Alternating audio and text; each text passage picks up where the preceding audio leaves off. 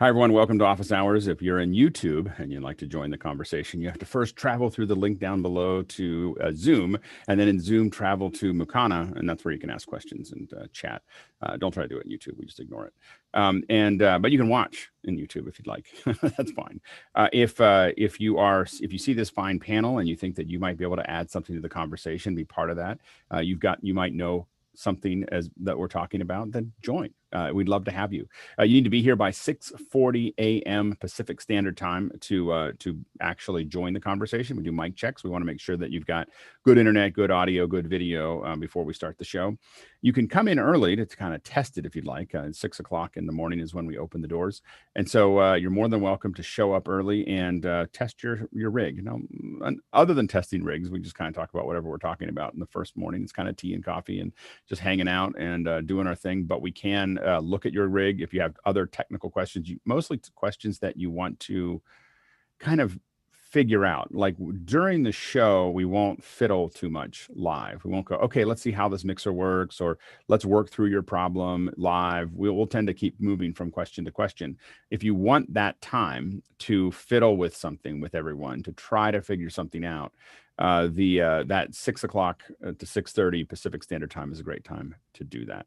At 7 o'clock, of course, we start the general session. 7 o'clock to 8 o'clock every day, 7 days a week, is a general Q&A about media production, virtual events, visual effects, whatever you'd like to ask in those areas. You're more than welcome to, and we'll do the best we can to at least discuss them. I don't know if we're going to answer the question, but we'll do and literally you drive the entire show. We learn by discussing what you bring up. So that's you're really an imperative part of the show as an attendee, probably more so than any show that I've ever seen. And then at the second hour is usually something specific. So if you have a question for the second hour, the way to handle that is you ask a question, and then you, as soon as the question goes in, you can flag it as second hour. That's a lot easier for us to see than for you to say second hour. Today's second hour is talking about mic placement. We were going to talk about mic placement last week, but then we just talked so much about mics. We were like, okay, we have to talk mic placement next week. So we're going to talk about mic placement and kind of work through that.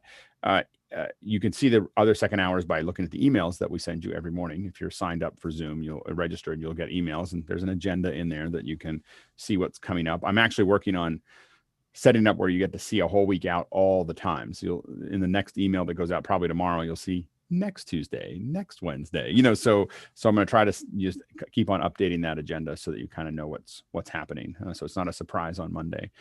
Anyway, so that's it. If you'd like to share what we're doing with other people, you're more than welcome to invite your friends, use this link. Oh, no, not that link. That's the embed link. Hold on. Let me, we'll post it in there, but use the link from Zoom.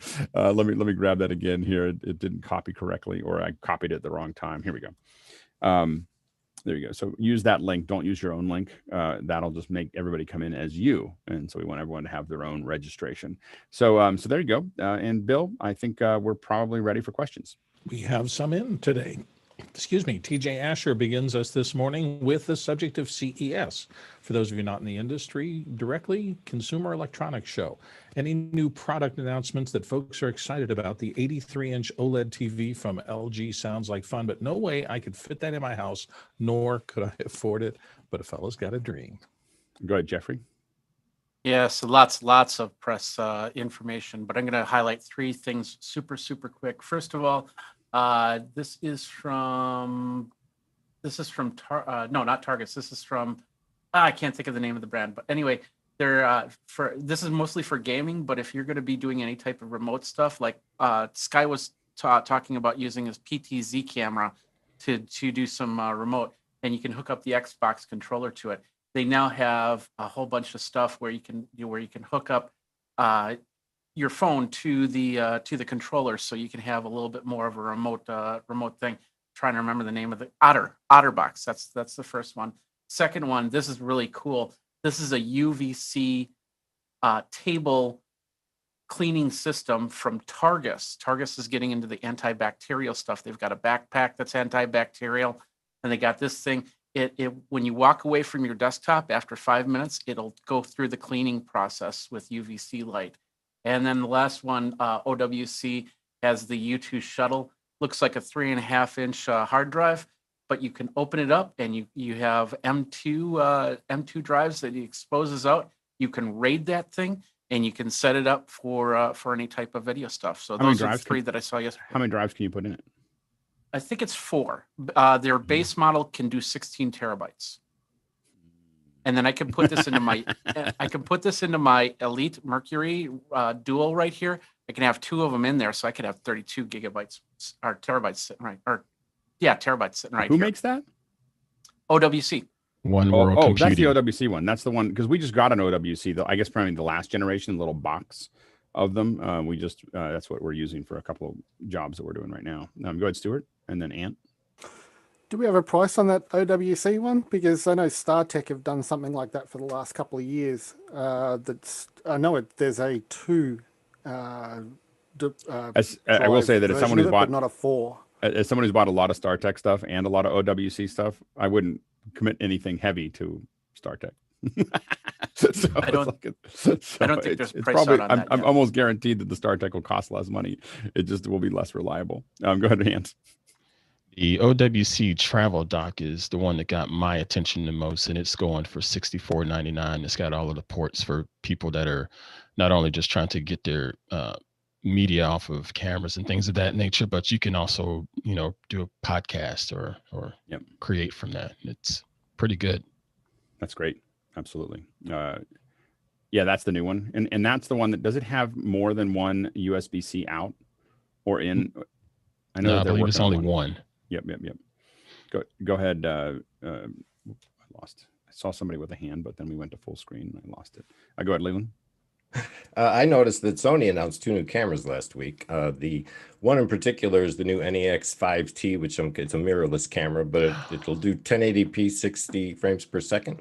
It's kind of one of those one-offs. It's a very small camera, but they also have a new E-series lens camera that's available too. So I'd like to see where they go. I've been hearing a lot of good things about Sony lately. And another thing to look into nowadays is binoculars, believe it or not. Some of the tech is hitting those devices, and I think you'll see some really cool tech in that area too.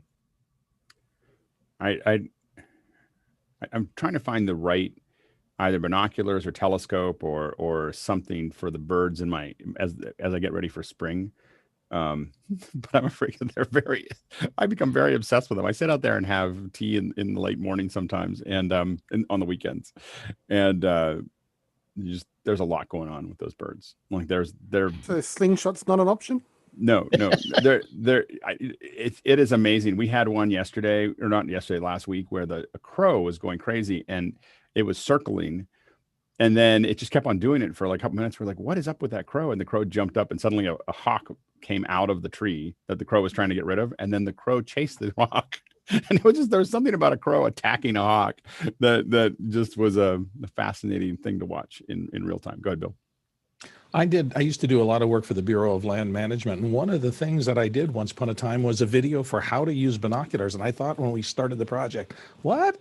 That's once you know that one of the pieces can be focused and here's zoom, what more is there to learn? Surprisingly, those guys who are out in the field and have to look at things far away a lot, there's quite a bit to learn about how to use binoculars. My biggest thing is trying to how to hook it into my iPhone or hook it into something that I can stream. Like that's what I'm trying to do is get the right, that's like, I know how to use the telescope and the binoculars. I just don't know how to control it. Like there are a couple of them that I'm looking for video outs because my son wants to do astronomy night, but I want to do astronomy night, with a little bit of tech. I was like, why don't we stream it? He's like, okay, Dad, we can stream it. They had a whole system. He knows that go ahead. Well, where you have to have a ball cap with a bill. You grab it with your hands in such a way as to block all external light from coming in. Uh-huh. I mean, it's a whole system that I never understood before. Well, my whole thing is that my son knows that I won't spend any money if we're just doing astronomy night. But if I start streaming it, we'll get a really nice telescope, and it'll goes up exponentially. The budget goes up exponentially. Yeah, exactly. You got to get this book, Alex. My wife got this for Field Christmas. Guide Some Birds of North America. That's funny. There's not a single page in it I could read on this show. Clean show. Okay. It's fabulous. It's really a fun book. So we'll check it out. All right, next question. And we're moving to Spike Rogers of Berlin, who says, when quoting jobs for clients, what is the best practice with itemizing line items? One potential client has asked for an itemized list of every single piece of equipment we would buy for their setup. Is it normal to provide that? Well, it depends on, here's the deal though, is it depends on whether you're buying it for their setup. Are you doing an install? If you're doing an install for them and you're buying it for their, yeah, exactly. As Nikki would say, okay, everybody, all together, it depends. If you are providing a service, I generally won't do that. But there's some people who do. They'll line item all the way down to the 3-foot cables, for rental, because what it does is it goes, hey, if you really want line items, here's 8 pages of line items, it doesn't mean anything once you, and so we call that chaff bidding, you just throw up a whole bunch of stuff and you can't really it works. So if someone asks for a line iteming everything down to the little converters and connectors creates so much work that they just kind of let it go. They can't quite hang on to it. You just got to make sure you show up with them. Some people can be pretty particular, but the other way to go is that I usually have the streaming system is $3,500 a day or whatever. And it is the box that is that thing. I try to avoid line items because a lot of times we change stuff all the time. We're changing gear, we're moving things in and out. Identifying the gear is usually something that is difficult. If you're doing an install, every client I've ever worked with expects a line item for every piece, everything, they want to know if you're buying something that you're giving to them, or not giving to them, but selling to them, they are definitely going to expect that. They'll typically expect a wiring diagram. They should. If they don't, they want to know that they want to know how it works. They don't want to be connected to you. You're the only one that knows how it runs. I know that you might want to have it be that way, but they don't want to have it be that way. And it's not right. So you want to give them all the information that they need to do it. But if you're running it yourself, you can either use chaff, which is everything, or you can use, big clumps of things. But I would also consider it generally as a rental, not as a purchase, because you're not, even if you're buying it for them, you're going to use it for other people or whatever, if you're doing it as a service. Go ahead, Leland, and then Bill, and then Courtney. I think your big designator is it a service or is it a build for the client? In a case where we're just providing a service, you can pretty much tell the client, well, my technique or my process is proprietary. We don't divulge that information to all of our equipment and specs that we use to produce the content. But if it's for their build and you're putting it in-house for them, it should all be diagrammed and spec'd out, and everything should be in a technical manual that they can go to refer to. Yeah, and generally, as the scale of your event goes up, the more everyone just expects wiring diagrams. They don't you can't really get into you start losing, because when you start competing with CT, they're providing all the wiring diagrams. Because their business model is not that they know more; it's that they can produce the logistics required to do your event. Bill, and then Courtney. So in my practice over the course of many, many years, I discovered there was 2 types of people who asked this question about breakdowns. You have overall project people who really just want a bottom line number. They don't really care about the details. But then you do have the bean counter types. And I don't say that pejoratively. I mean, it's important for people in business to take responsibility for things like that. So I developed 2 forms that I use all the time. One is an invoice that has almost no detail, and I'll show it to you in a second. The other is what I call a production estimate. And let me see if I can get this up on the screen. So I use this for decades, and it's interesting. I've kind of sanitized it and taken out anything that's client facing. But this just has generic categories, and it's a FileMaker Pro form that adds everything up. So the stuff you see in the estimated units and unit costs make bean counters incredibly happy. They can do math, and they can check things out, and they can look at how many hours times how many whatevers I'm going to do for them, and they have stuff to play with. You will notice down here at the bottom of this, there is some very specific, let me kind of zoom into it. There's a specific thing that says project quotes includes an overrun contingency equaling 6% of the production total and 10% of the post-production total.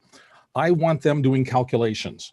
I want them to know that I've paid attention to this. They're going to go, oh, the numbers aren't fitting up. They're eventually going to get there, and they're going to go. And again, this form, the few times that I send it out because somebody has demanded that I give them a line item, is mostly there to distract them. Also, this has proved to be a great way to protect myself from underestimating, because you'll notice that those contingencies are in there. So I tend not to do underbidding. And I also have that actual total client on the right, which is my vetting the project after I've done it. The other thing that I use is this, and 99% of the time after the first couple of bids, they get something that looks like this. Very little detail. It is the actual invoice they're going to pay after. After a couple of projects, clients have consistently said, just send me an invoice. I don't want to mess with the production estimate. And I figure my job's done at that point. Yep. Absolutely. Next, go ahead, Courtney. Yeah, I was just, and Bill covered most of it. I was just going to say, a lot of times if they request an itemized list, they're trying to compare you to somebody else. And so, you know, they're going to look at, okay, what equipment does this guy have versus what equipment does this guy have? You know, this guy says he's got more equipment on the equipment list for about the same price, so let's go with him. So you can really, you have to be careful in that case if you minimize the equipment on your equipment list, because they'll just, you know, they don't take anything to an account like the, you know, the quality of your service, or the fact that you'll probably bring a bunch of tools that aren't on your list, and they'll just make a decision based on the number of items on the list. And generally, I think that competitive bidding is a race to the bottom. So if I even smell competitive bidding, I usually drop out of the competition. I literally just stop interacting. You know, so that's kind of how I've approached it. Next question. Sure. Moving on to Alan Scott of New Brunswick, Canada, for the second ear movie session. So I want to hear Zoom in one ear and the movie in the other. My issue is hearing both stereo channels combined into mono for the movie. Is there a way to do this in hardware from my headphone jack, or do I have to get loopback? I was going to say loopback. Loopback will make this work just fine. Well, it's loopback, or is it air? Isn't there another one that's designed specifically for outputs? It's not loopback. Another one from Rogue Amoeba. Go ahead, Chris. Yeah, I use an app called Sound Control, and Sound Control has a pop-down menu. It'd be nice if it was a little more tactile, but it's a pop-down menu from the menu bar, and it just shows every app that you have running. And next to it is a little volume control.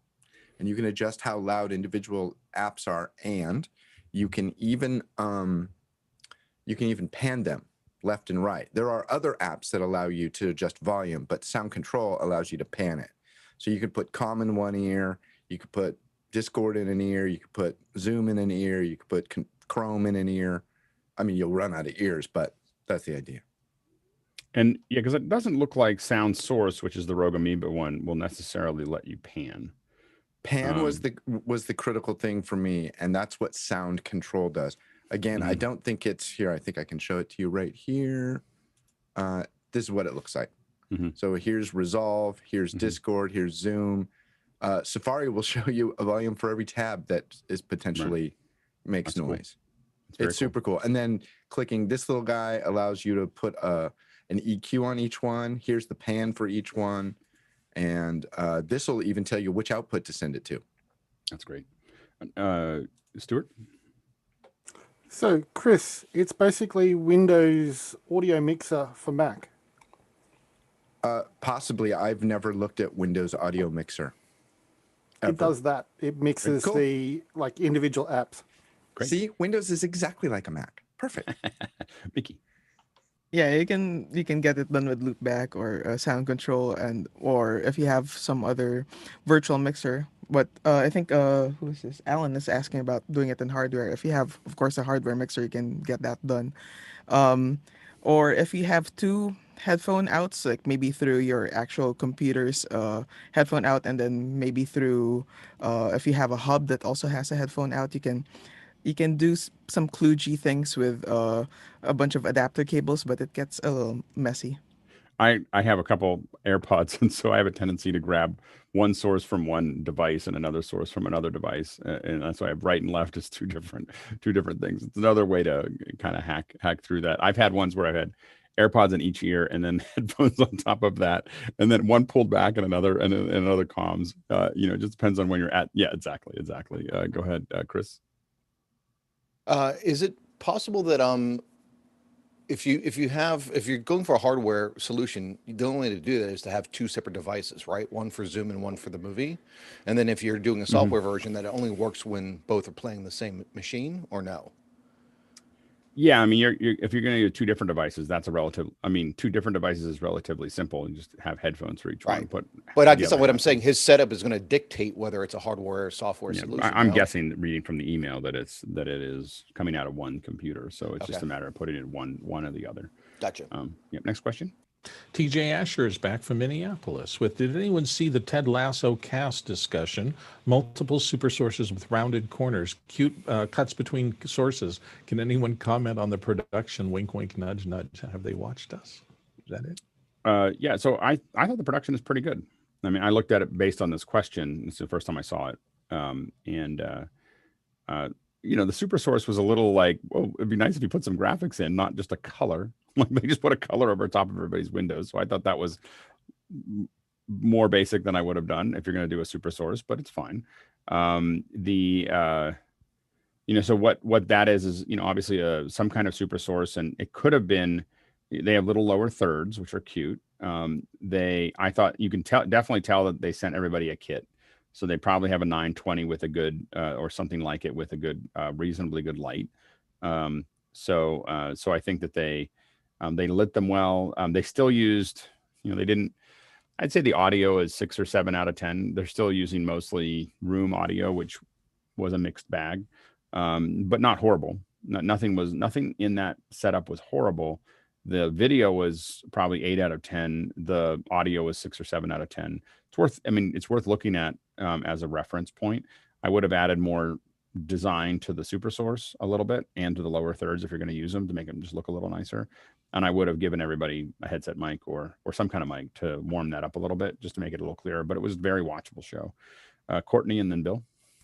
You'll notice, Alex, they're using rounded corner boxes, huh? Your favorite. I know. Super It's source. They're just showing off. Nice They're detail. just showing off. Yeah, exactly. Go ahead, Bill. I just wondered what everybody's thoughts were about the fact that the subtitle overlay on that really crushed the two people on the bottom so that we couldn't see them very well. And does it make sense to push yourself toward thinking about designing for those kind of subtitles? Well, the subtitles are an option too. You can always turn them off. Like, I couldn't find a way. I was trying to turn them off in case they were on my playback only, and I can't even right click find the actual closed captioning shut off for that video. I don't know if they enabled it or not. So it may be burned into the video. Huh. Yeah, I hold on. Let me look real quick here. Which would be my point about making that a thinking thing. Maybe bring up a template that said subtitle safe here.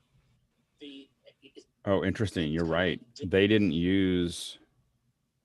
Yeah, I can't turn it on or off. So Did they Brian actually get into the video. Wow, that was not very smart. So my new guess is that they might have used. Wow, did they really do that? That was a huge error. Yeah. I mean, there's a thinking out there that so many people watch on mobile that you want subtitles running almost all the time when people see your videos, so that if their sound is down and they're just cruising through boxes. That was a horrible idea. I'm wondering if been done in post, because there's periods and hyphens in that text. So there was either someone typing it or it was done after the production. I know. Could have been a post-production thing. It's just a horrible idea. Yeah. Anyway. Is it possible that this is like a service that does all the super source, or do you think this was produced more like the way you would do this is someone doing it in post, and I think that what they did is they probably recorded all the ISOs. So I don't think this was live because it's just a discussion. Unless you're interacting with the audience, it's not live. And so they just did this discussion as ISOs. They recorded all the ISOs, and then this is all post production. There's nothing live here. And so if they burned it in, they burned it in, and so, but this is a pre-recorded play out as it. I don't even think it says here. It doesn't even say was live on. So they probably just posted it. Yeah. And like the second question is, how do I turn off the subtitles? So anyway, so I think that, so overall, I would say it was a watchable show. It was interesting, but yeah. Burning the subtitles in, especially when you're doing it in post, is kind of an over top of people, kind of a fatal error. But that there was some kind of, there was a bunch of meetings about that, is my guess. Anyway, next question. Moving on to Stuart Fairweather here in the panel from Melbourne, Australia. Last week on Tuesday, we discussed mics and mic placement, but we never discussed placement on camera for external mounts or the poor position of most camcorder mics and their quality. Outside of external recorders, what tips can we offer for good sound on camcorders and phones? Let's back that one up and talk about it in the second hour. It doesn't say second hour, but it's a second hour question. So let's keep that one for the second hour there. Let's see if we can. Yeah, Whoops, there we go. Go ahead. Good job. Mm-hmm. Okay, so now we're moving on to our friend Talak Miguel Lopez Waterman, who says, from Bonita Beach, Florida, by the way, how do lenses work in Blackmagic Design's camera line? Do you need to buy Blackmagic Design lenses? Can you use Canon, Nikon, Hasselblad, and so forth? What adapters are available, and do they work well without distortion? Go ahead, Stuart. The lenses themselves work exactly the same as they do on every other camera. They gather light and they focus it on the sensor. As for which ones you can use, I don't want to use the word, but everybody do this for me. It depends on which camera you've got in the Blackmagic range, whether you've got one of the Micro Four Thirds cameras, whether you've got one of the EF mount cameras.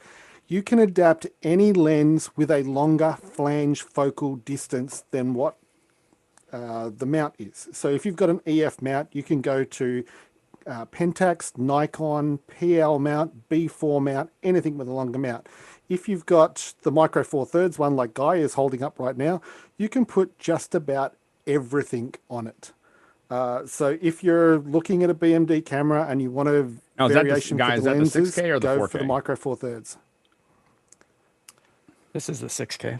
Oh yeah, so that's the EF mount. It's an EF. That's a straight EF mount, right? EF to PL. In the land of okay, so you got EF to PL, and then you're using a PL lens. Got it. Yeah, and my arm's getting tired already. Yeah, that's in the land of we when we shot one of the sets of interviews that we did in the fall, we definitely put a 6K camera on an Angenieux lens, and it was funny because the lens is just this giant lens, and then we had this little camera on the back. So it's but yeah, you can absolutely adapt it. But by nature, the 4K, 6K, Studio, and Micro Studio are all no, I'm sorry, the 4K Micro and the Micro Studio and the Studio are all Micro Four Thirds.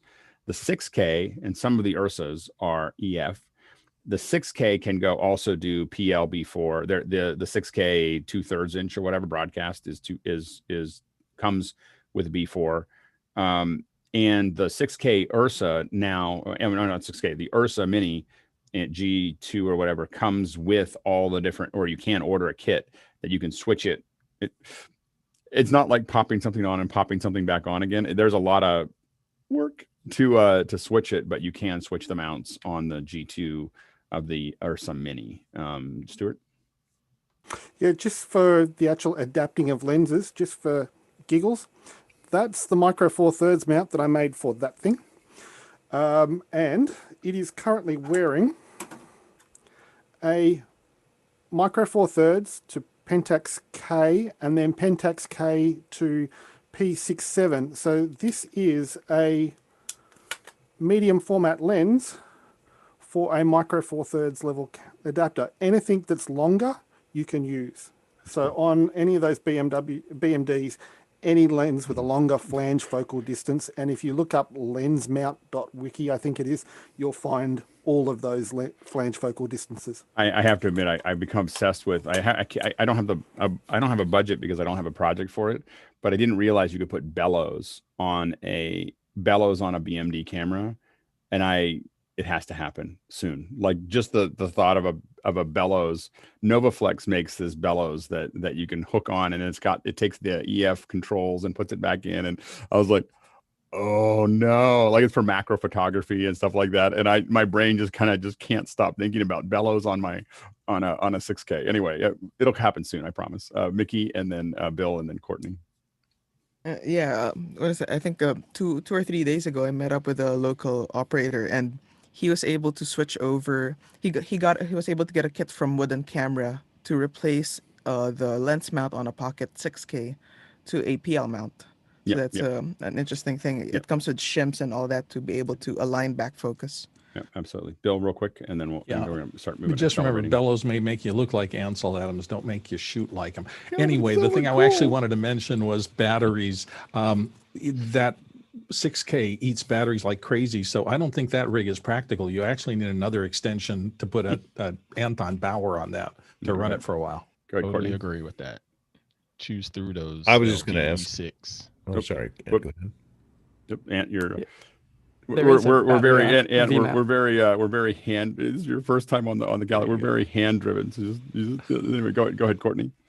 I was just going to ask, what does the 12K have? But I just looked and it's a PL, huh? Or is it just stock comes with the PL? I think you can swap it's the same body as the other G2s, so you should be able to go EF, PL, whatever onto it. Shouldn't right, Guy? That's what you have there. This is just the 6K, but yeah, on the 12K you can swap out to EF or PL. Go ahead, Ant. What were you saying? I was saying that I totally agree about the whole battery life and just how it chews through those Canon LP E6 batteries within minutes. It's like totally pointless to put one of those in there. So definitely get yourself an external power supply. The big thing that I find useful is I use it as a backup. So I keep it charged so that if I lose power for any reason, there you go. That's perfect. The main thing that I do with it is that if I lose power for any reason, I want to have a battery in there that's just going to suck up the hit. The one that I use, that I carry around, or that I've used a lot, is a juice box battery for the Blackmagic cameras. And so it comes with the right cable to come out from it, and it comes with a little mount that you can actually clamp onto your tripod. So if you want to go a little less than a Anton Bauer or V insert V mount. It says it's currently unavailable on they don't know when it's going to be back in stock. So maybe it doesn't exist anymore. But I've used it all over the world. And the nice thing about it, the reason I like it, is because it also just has USB outs. So I can plug my phone into it. I can plug other things into it while I'm working. But it'll run the Blackmagic camera for the 6K for like a couple hours. So it does a pretty good job of it. But I usually carry that in like 3 or 4 of the little batteries just in case in my bag, and that's kind of how I roll. But this one's a little less gets you into less trouble on in the airport. Stuart. Yeah, just one other note on Blackmagic design and their camera mounts. Because they expected people to be using a lot of different lenses on them, they actually factored in a little bit of wiggle room in the mounts. If Guy wants to test it, he'll find that if he pushes the lens sideways, you'll see a very small gap between the mount, and I think he had a speed booster on there or something. It'll just wiggle just a tiny little bit. It's nothing to be worried about. It's just they made an accommodation for people putting on lenses with different quality of machining on the lens itself. The easy way to get around it and block it is actually, I'll hold this close to the camera, a little bit of Mylar tape on the mount, but only for full manual lenses. That tape is about 1/10 of the thickness of a human hair, so it's really thin, and you can actually layer it just a little bit to get rid of that if you need to. And that was a shortcoming of the earlier cameras, the Micro Four Thirds ones, that you couldn't put certain lenses onto the camera because it was so tight. Next question. Next question comes to us from Stuart, who was just speaking on the panel from Melbourne, Australia, and he is frustrated and he is screaming into the universe, GoPro, why? For those that don't know, GoPro's latest app update removes the ability to alter all the Protune settings, little things like exposure, ISO, and EV compensation. Thoughts? And do we have contacts to ask why they would ruin the app for professional use? There's a note there too. Some owners report that they've rung the health line for GoPro, and once there's a mention of the Protune issue, they get put on hold and left there. Go ahead, Jeffrey.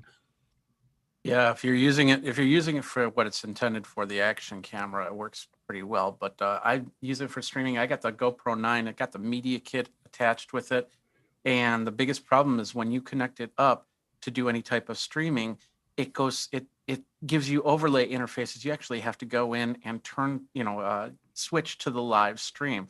Whereas my 4, it just turns on, and I hook it up into the camera or into the system, and it records. or it streams out, and it's amazing what they're not doing for live streaming.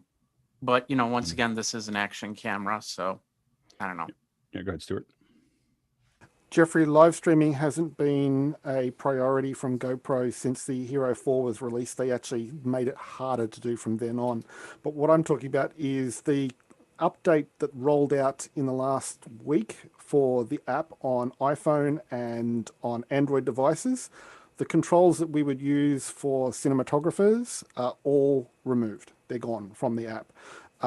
That's even on GoPro's own site now in their forum, or however they do their customer service, saying that, no, it's not you, it's us. We did this deliberately, which is... And they didn't let's say just why. say, from a cinematographer point of view, it's an idiot mistake. Well, I think that GoPro was way out in front in the prosumer market for a long time, or professional market. And the problem is that most of that has been eaten away. And so my guess is it has to do with engineering resources and complexity of the interface, that they've given up on that market because that's my guess, is that I don't think that's correct, because they've actually got it on their webpage that if you want to access those features, you can still do it from the camera and you can still do it from the smart remote. So people are thinking, is it a way to force people to go and buy the smart remote? They've only removed it from the app, not from the cameras. And it affects cameras going back as far as the Hero 3. I still think that it still has to do with them simplifying, because they don't have anybody using it. And they don't have enough people using it. Again, they have to centralize. The problem is, I think GoPro's tried to go in a lot of different directions, and between the Sony R1 and the Micro and a lot of things that we used to use GoPros for, most of us have moved away. I'm sorry, Alex, I have to argue that point. The people that are complaining about this the most are the people who have got GoPros on quads. They're saying that they cannot use it for all the flight footage they used to use, and they are a massive user base. They outnumber cinematographers probably 100 to 1. Yeah, but do they outnumber DJI's own cameras now? The problem easily. is really. Yeah, the user base for model aircraft is massive. Okay. All right. Go ahead, Chris. I'm not going to argue with you about it here, but we'll agree to disagree on that one. Go ahead, Chris. Yeah, I think what may very well be happening is that. I yield to the gentleman. Anyway, that market's gotten a lot more complicated. Like GoPro was an obvious one for us a decade ago, or maybe 8 years ago, and became less obvious probably 3 or 4 years ago, and then I don't buy them anymore. So that's been kind of I think that's kind of faded off for a lot of pros. Next question.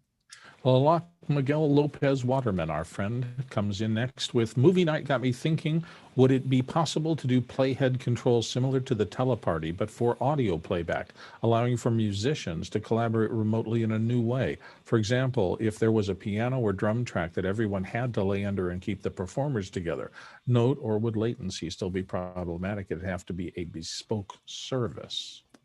Yeah, I don't think it would work that way. I do think that you could. I think that the problem is latency is going to be a problem, and the problem is that latency varies. So it's squashing and stretching by not that many milliseconds, but enough that it would be very hard to collaborate. To put it in perspective, we've had trouble collaborating with musicians on fiber across in the same city, and so trying to get the latency to work. Dropping tracks one after the other works. That's and one of the things that has worked that Grant talked about was cascading. Sending out a track to the percussion, and then sending literally live, going from a click track to percussion to bass to and building it all up. And each person only listening to the one right above them comes out the other end live as a finished piece. But it is hard to have them all working together and responding to each other. Go ahead, Mickey. And yeah, I think you guys were seeing, I wasn't part of the movie night, but I think you guys were seeing that some people, when, for example, Alex hit pause, their playhead stops at different times, not exactly the same. So that would, I assume, be because of the latency. People get those control packets at the different times. Yeah. So it looked like it was plus or minus about 2 seconds, maybe even 3, when we were doing the test on Sunday. For music, that's massive. You need like more than about 10 milliseconds is a problem. Go ahead, Courtney. Yeah, I was noticing that it serializes the playhead movement, so it works from a list of all the attendees. And when Alex changes the location, it sends it out one at a time to each one of the members, and then each one of those acknowledges, and that updates the list of so and so has relocated to this, so and so has relocated to this, so and so has relocated. It's to the this. wrong way to do that. Yeah, like it's so they don't broadcast that it's serialized. Yeah, there's a lot of fun. What we've learned is there's a lot of fundamental errors in Netflix Party, and we're looking at the protocol of what it takes to just do it, because I don't need to scale. I don't want to make it a service that everybody can do it. I just need to make a service that I can do it. And so that's a different, or that all of us could do it one at a time, but not, I don't have to make it something that anybody can just sign up and just do a Netflix party. That's what they built. What I think we need on our end is to reverse that and say, I don't want to build something that many people can do 50-person parties. I want to build something that one person can do a 10,000 or 50,000 or 100,000 party. And that's a different thought process. And I think that we'll have something soon enough. Jeffrey and then Mickey. Yeah, on the musician aspect of things, if you're doing the layering process, I think of it like the elephant game, that, or whatever you called it, where I would whisper into somebody's ear, that person would whisper into somebody's ear, and then by the end of that, it would be, it would be completely different. We've tried it a few times with musicians to try and do that layering. The best way to do any type of online playing is to actually have some sort of click track at each person's bass that can start up at the exact same time, and that's even tough to do. Yeah. And then they just don't watch the screen; they just play and hope that they all come out at the end. Yeah, and that's even a crapshoot at that point. Yeah. Next question. Lars Svensson from Trollhättan, Sweden says, for the headset and this type of show, should one use a directional or omnidirectional mic capsule? Note what are the differences and when to use which? For a headset mic, I was just waiting for Greg or Mickey to raise their hand, but from a headset mic, I would always use an omnidirectional. For headset specifically. Go ahead, Mickey. Exactly, for a headset, always Omni. I don't really know of what. Someone please educate me. I don't know what they use for a directional headset mic would be, because if it's pointing it's pointing towards the crowd, or it's pointing towards, say, if you have monitor speakers. You get so much more. You get so much more mouth noise with a directional mic. It's in my opinion, it is unusable. Even with Omni mics, we get a lot of mouth noise, a lot of sibilance and all kinds of other stuff that Mickey is struggling with right now. You get a lot of that anyway. And I find that the directional mic is way worse and much less airy. And I guess in a loud environment, maybe. Go ahead, Greg, and then Courtney. Yeah, exactly. And most of the, the comm mics that we would use on production, for instance, between a mixer and a boom man, that type of thing, air. Yeah. So something that is not, the quality doesn't matter. Kind of where you have to isolate the sound, and you've got a high noise environment or stuff. But for regular dialogue, for this application, I would go all Omni. Yeah. To your point, like a sports arena or something like that, then you need those. Go ahead, Courtney. Yeah, you covered pretty much most of it, but I think the directionals are designed for situations where you've got like three announcers sitting next to each other. They're something we can't do anymore. You're right. I was thinking more of like these types of mics. When I see them like this, I'm like, who would buy that? But when you're talking about sports casting and so on and so forth, you're right. Go ahead, Marty. Yeah, we did actually sports casting from a sports bar at one point, and we tested all kinds of microphones. We tested a dozen different types of mics, and we were really excited to try the directional head-worn microphone because we thought that would work the best, but it actually didn't sound as good, and we ended up using an omnidirectional head-worn mic. Yep. Next question. James Babbitt of San Diego's in with, does anyone use the Manfrotto Magic Arm to mount mics, cameras, and lights? Note the text change color in Mukana on the iPad. Ooh. So many. It's not does anyone use one? It's how many are in your kit? Go ahead, Greg and Mickey. Does anyone not use one? The magic arm is magical. Like it is. It is. I think at one point I probably had 60 of them in my warehouse, just like a box of magic arms. Like you just put them. They're like the Swiss Army knife of, oh, I need to put something somewhere, a speaker, a camera, whatever. Yeah, go ahead, Mickey. Yeah, like the magic arms. They're great for planting mics. Like say, if you have a tricky situation where you have two people talking across, like say a doorway, and you need to rig one. You need to plant a mic on the other side. Really helpful. Like car rigs, really helpful. Yeah. So many uses So for many the magic uses. arms. Like one arm, so many uses. You just love them. You just love the magic arm, and they, there's a smaller version that is called, there's a company called Noga that makes them. So the Noga makes the kind of beefy version of a smaller magic arm that you might use for small monitors. And then Newer makes $11 versions of it that won't last very long, but they're great. We had a lot of those too. Go ahead, Stuart. This is one of the cheap ones. It's not a Newer though. And yes, you are right. They don't last a long time. I've had 3, one fell apart almost instantly and the other 2 worked perfectly. But one word of warning with using these with monitors, especially those monitors from Itemis, do not hang the monitor. Right? I know they've got quarter 20s top and bottom. Use the bottom one or put it in a cage. Don't use the top one. There you go. Yeah, we've used them with tons of little like Lilliput monitors and little video assists and so on and so forth. And I've actually used them. So like when I'm on Mac Break, for instance, I would have a camera and I would mount the monitor with one of those little arms, in the cage of of my camera. I'd mount it on the cage, and then, I would do it to Stuart, but not to the Itemis ones. And I'd set it on the lens and then tighten it down, or set it right above the lens. And that way I could have like this little monitor that's right up on top. But those little arms, I mean, so many. Go ahead, Sky.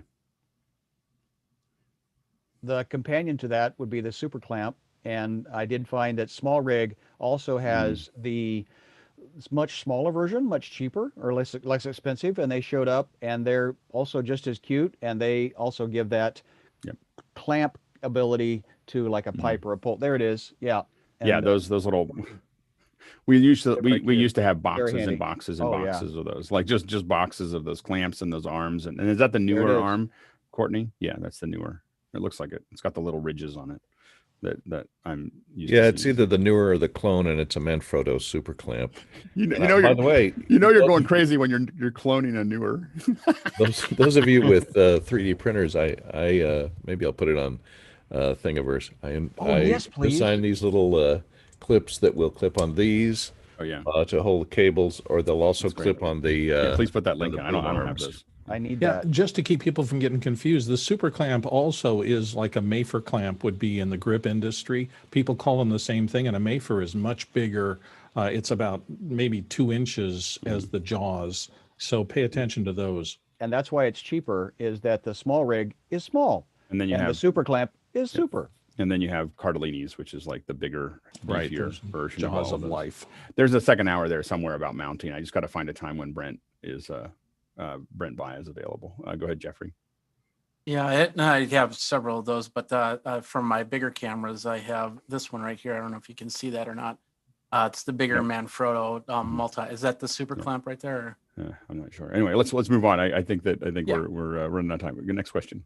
Can't see it very well. Moving to TJ Asher again of Minneapolis. Want to improve my wife's webcam for her college classes. She's a student. Windows 10 computer. Which would be better, Logitech Brio or Huddlecam HD? She currently has a Logitech C920. I think the Huddlecam is a better camera. It's just more expensive and larger. So it's not as compact. You have to kind of set it on, and it'll want to fall. If you put it on a monitor and get the angle right, it starts to pull the monitor back and forth. It's bigger.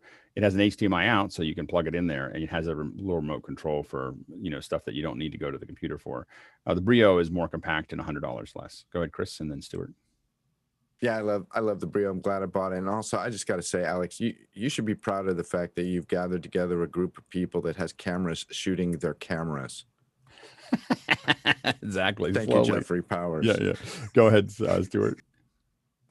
I should point out that's a JVC camera shooting a Scion. Yeah. But my point was to TJ, With the difference in the cameras and the sensor sizes, will you get more benefit from doing better lighting with the C920 for the same dollars? Yeah, go ahead, Ant.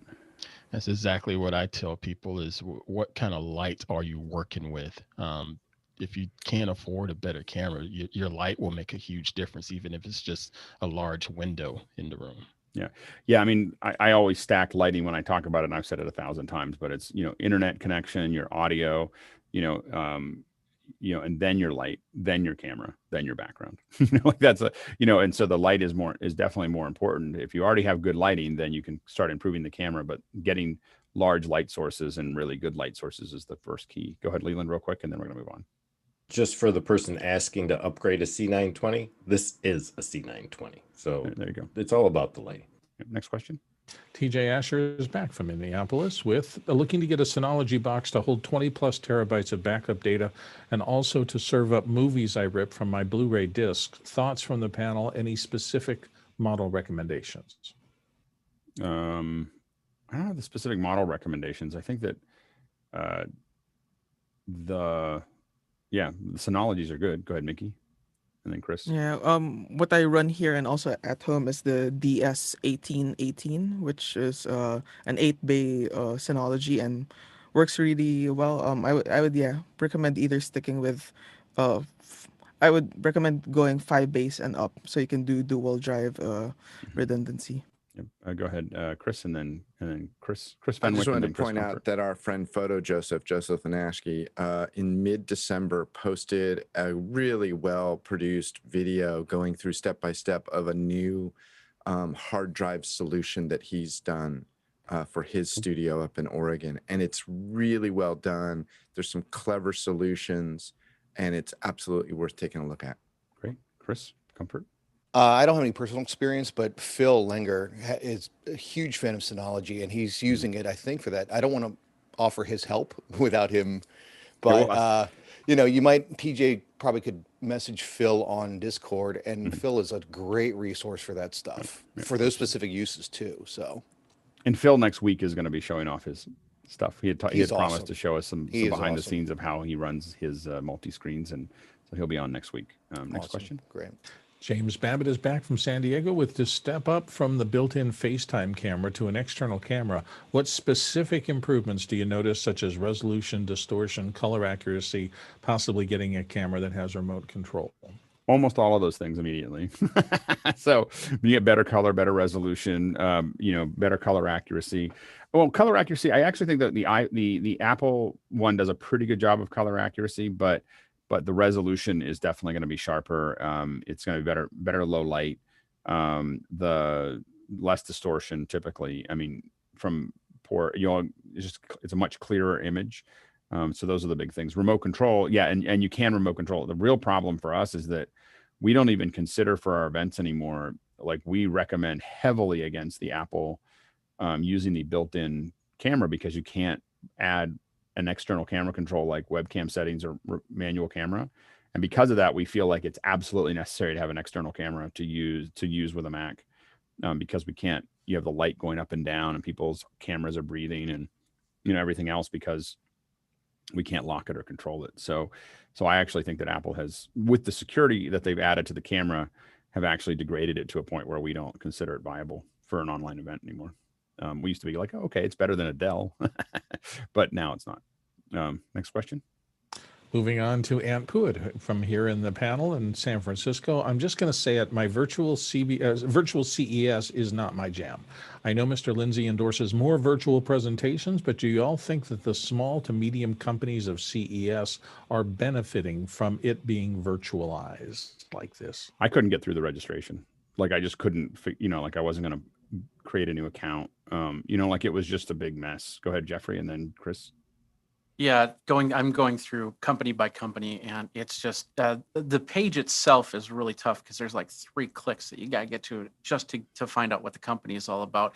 That is where these other side companies like Pepcom and TechFluence have become immensely important to me, and probably to a lot of other people, because they can get from page to page super fast. And I've gotten a few interviews from there. I still try to do my interview style. So I don't know. I'd rather be at CES though, definitely. Go ahead, Chris, and then Ant. Yeah, if we go back about 7 or 8, 9 months, we talked about how Zoom gained in popularity because of its easy accessibility. It was easy for people to get into it, and then they had the security issues, and that was all dealt with. You said this will get dealt with, and I'm pretty sure it'll end up being the king of the hill, and it has been. And I think that as you build events, you got to think about that. Like, definitely the user interface for how someone gets into something is just the key to the operation. Like making, reducing that friction, making it easy to get into. But also it has to do with, you have an event where everyone has to figure out how to do it immediately, and they have to sign up for something new, and they have to do something, and they're only going to use it once. And that's why I'm going to keep on beating this drum that what there is, like, CES should happen all year round. We should have a week where we've got a whole bunch of vendors that are going to show their stuff off on one week, and you can, and we just know when we want to show up. And if CES did it year round, what happens is everyone goes through that trouble, but then they're using it all the time, and it's no big deal. It's the first, couple events. And what you really want to do is do a strong draw where you have Taylor Swift speak, or someone that's important to see, CES goers or whatever. Everybody goes through the trouble because possibility is greater than circumstance. And we all know that action occurs when possibility is greater than circumstance. The simple math of all the world. And so the possibility, when you say, oh, it's really hard to get into, but there's someone really cool that's in there. I don't know if Taylor Swift would be the right one, but having, Elon Musk, let's say, or a Tim, Tim Cook, or someone's going to be there to do a roundtable.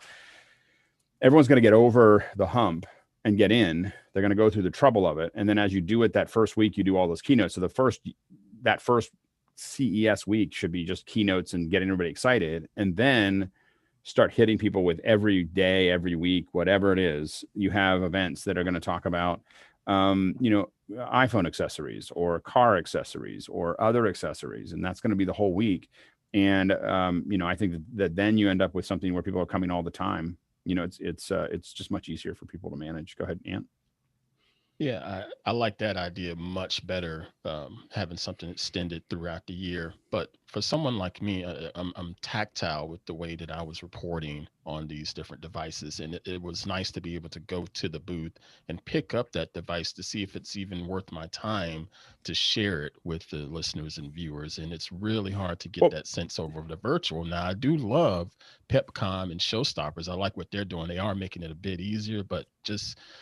I think the thing is that that as a press person, we're a couple of us here are press, is I look at it as, I think that the people on the far end, what's incumbent on them is a minimum is having an ATEM Mini with 2 or 3 cameras, telestrator, the ability to really talk through it. They were going to spend $1 million on their booth, or at least 50,000, even a small company, $50,000 to $100,000 to take their team and go to PepCom and go to CES Unveiled and whatever it is.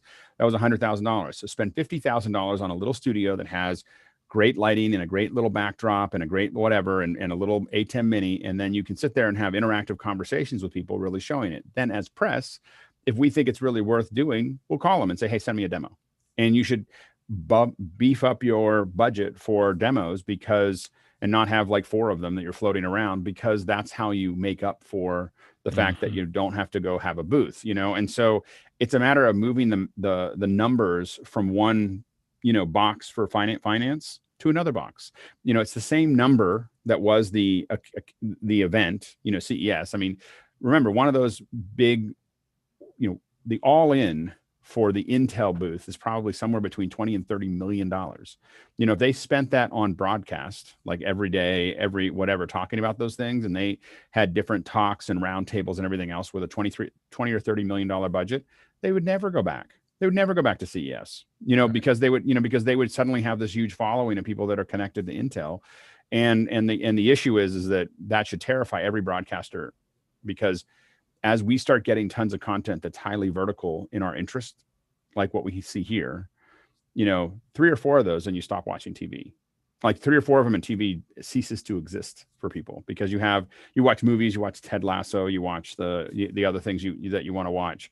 And then you watch all this live event stuff that's going on that's about the things you care about, whether it's media like what we're doing here, or fly fishing, or whatever it is, we do that. Now we're go ahead. We're going to go real quickly, and then we'll go into mic placement, and then come back to the questions if we can. Go ahead, Jeffrey, and then Mickey, and then Stuart. Yeah, I totally agree on that. Doing the whole in a box type thing, because there's already been 2 interviews that I've done that I've been questioning, because they're moving around a big studio, they have big products to show off. And I've been questioning whether I'm going to post those interviews because the quality is just not there. I don't know if it's going to do anything for my viewers. Easy. Every time I talk to people that want to do this, and they just like, well, what I have a webcam, I can just show it in front of the webcam. I'm like, oh my gosh, like you didn't spend all that money on the booth, just step into it. And because everyone thinks this is temporary, and the thing is they could do so much better forever. I mean, the concept of the exhibit hall is. And again, like for Ant, what you want, or for Jeffrey, you want someone like Ant and Jeffrey to show up where they pre-send you the equipment. So there's 3 or 4 of you having that conversation with the person in front of 500 people, 500 other press, or 300 other press, where there's some people in the press that are talking to them about it, and people can ask questions that aren't in the company, and which is difficult for the company, but it is the future. Mickey, and then Stuart. Yeah, that 20 to $30 million buy-in to be at CES, spread that across the entire year, like multiple events throughout it. $2 million a month. What can you do with $2 million a month? Take over the world. Like literally, like this is the kind of the investment that they're making. And remember, for like an Intel, this isn't the only conference that they're going to. CES is a big one, but you look at the Panasonic booth, or the LG booth, or these giant booths at CES. And that is a team that works on that all year, and they, and then they have the Teamsters, and they have the rental, and then they have the 300 people that they're flying in, to Vegas, or at least the 50 people that they're flying in and putting up at really expensive rates, and having them all go out to dinner, and having all that adds up to a lot of money. And you take all of that away and you apply it to, actually doing broadcasts that actually mean something. You never go back. Never. Go ahead, Stuart. 2 quick points. Firstly, is video on demand going to end up becoming the equivalent of the newspaper we read in the smallest room of the house? And for the smaller companies, right now, the level of disruption that they could do to the larger companies is greater, because they're exposed to the same viewers through the same platform. We're looking through the same screens. They've got an opportunity right now to break into the market in a big way. Yeah. And they can move faster. Yep. No, absolutely. Yeah. So this is a time for the small market, to do it, because you don't have to buy into a big booth. So anyway, we'll see how it goes. All right, we're going to shift gears a little late, but then we'll come back to the other questions as we at the end of the hour. But one of the questions that we had, or the thing we didn't get to last time, was mic placement. And we talked a lot about mics last week, but we'll talk about mic placement. And I know that Marty, what happened to Marty? He's down there. He's there you are, waving. Sorry, Marty. Someone dropped out and everything rearranged, and I was like, where did Marty go? And so I know Marty kind of grabbed a couple things to show us as far as labs. So I thought we'd kick it off with that. But what we want to talk about, if you have questions about where to put shotguns, where to put labs, where to put headset mics, that's what we're going to talk about today. And I know, again, Marty pinged me, and he's got a couple examples that he can show us related to labs. So I think that's a good place for us to kick off, because it's probably one of the harder ones. But anyway, go ahead, Marty, take it away. All right. Thank you, Alex. I'm going to move over to here and talk about lavaliers. So right now, what you're listening to, see this little pin that's over here? It's a nice little brooch, little decorated thing. That's a microphone. That's the microphone I'm talking to you on. It's called the pin microphone, and I'll show it to you when I switch to a different microphone. I'll take this off.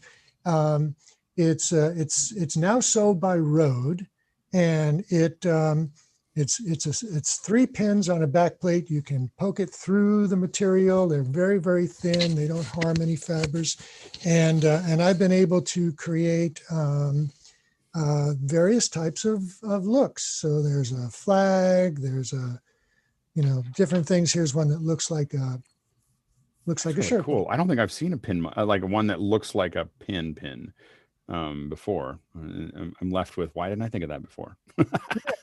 Well, it's actually a number of years old, was designed by a fellow in Australia, was selling it on his own, and then he sold the designs to Rode, and I think he's still making them.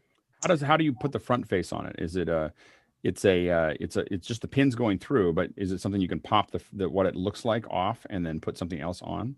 Yep. Well, let me show it to you. So I'll take the cover off, and so Anyone wants to follow, I put a link in the chat to that mic over at Rode. Good. So here's a back plate with the pins. Okay. And then the microphone is actually just a little button. Mm-hmm. I think the one you get from Rode looks more like this one. It's got a metal windscreen on it, and it comes in black or silver. And the pins poke through the material. And there are 3 little holes in the back of the microphone that slide onto the pins, and that's how you make the electrical connection.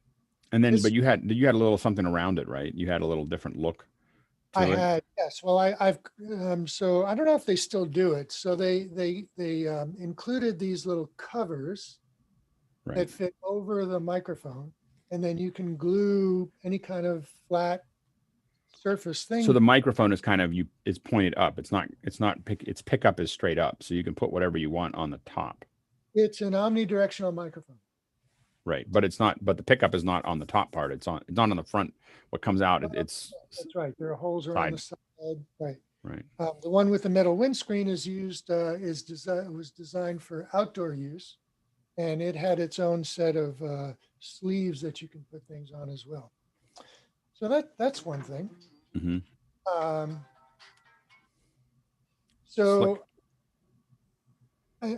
And that's nice when you want to make a good look, or if you have clothing that you can't use a clip on, like a t-shirt, that can also work well on. But another device that works well on a t-shirt is a magnetic clip. So I have a couple of magnetic clips. So what that is, there's a magnetic back plate that goes behind the material. And then the front plate just holds on to it. There it goes. And so now I can clip a microphone onto this and drape the wire over the side. And the reason that, is nice is that with a high necked t-shirt, you don't want to have the microphone too close to the throat. It sounds bad, the throat resonates. It just doesn't sound good. A good place for a microphone is somewhere in this range. So if I were to put a clip on my lapel, I would put it somewhere around here. So in this range right here, this would be too low for my liking, and this would be too high, of course. And there are a number of magnetic clips with different looks. Here's a front plate that has a hole in it so it could fit over a shirt button. And here's a tiny, tiny, tiny little one. Let's see if you can see Who makes that? This is made by RKR out of Argentina. Mm-hmm. It's a product that we sell here, actually. Mm-hmm. So this is really, really, really tiny. That's great. Yeah. We've talked about giving some people who really want t-shirts with holes in them. like we're going to put the mic right here, and we're going to, and fixing it was actually one of the problems. I hadn't thought about a magnetic base. So I think that could be really interesting, because what we were literally doing is talking about putting a pin, and just kind of pushing just enough hole through the t-shirt that you could pull the mic cable out, but we didn't, so we didn't have to have anything hanging down. And that became, and what we wanted to put on it in that case was a deep, like a DPA 4066, I think. Go ahead, Chris. Yeah, I always thought when Mr. Jobs was still with us that if I was his audio tech, I would get the exact turtleneck he wore and just have a buttonhole sewn right here where you could bring a lav out and just and at least offer it to him. Well, the because rumor is that that Jobs had to have the factory. The rumor is that he had a factory turn the cycle back on so he could have that. He found that turtleneck and he wanted it, and he wanted to buy a bunch of them. And he had to buy like 10,000 of them or something, or one rumor was that he wanted it to be a company uniform.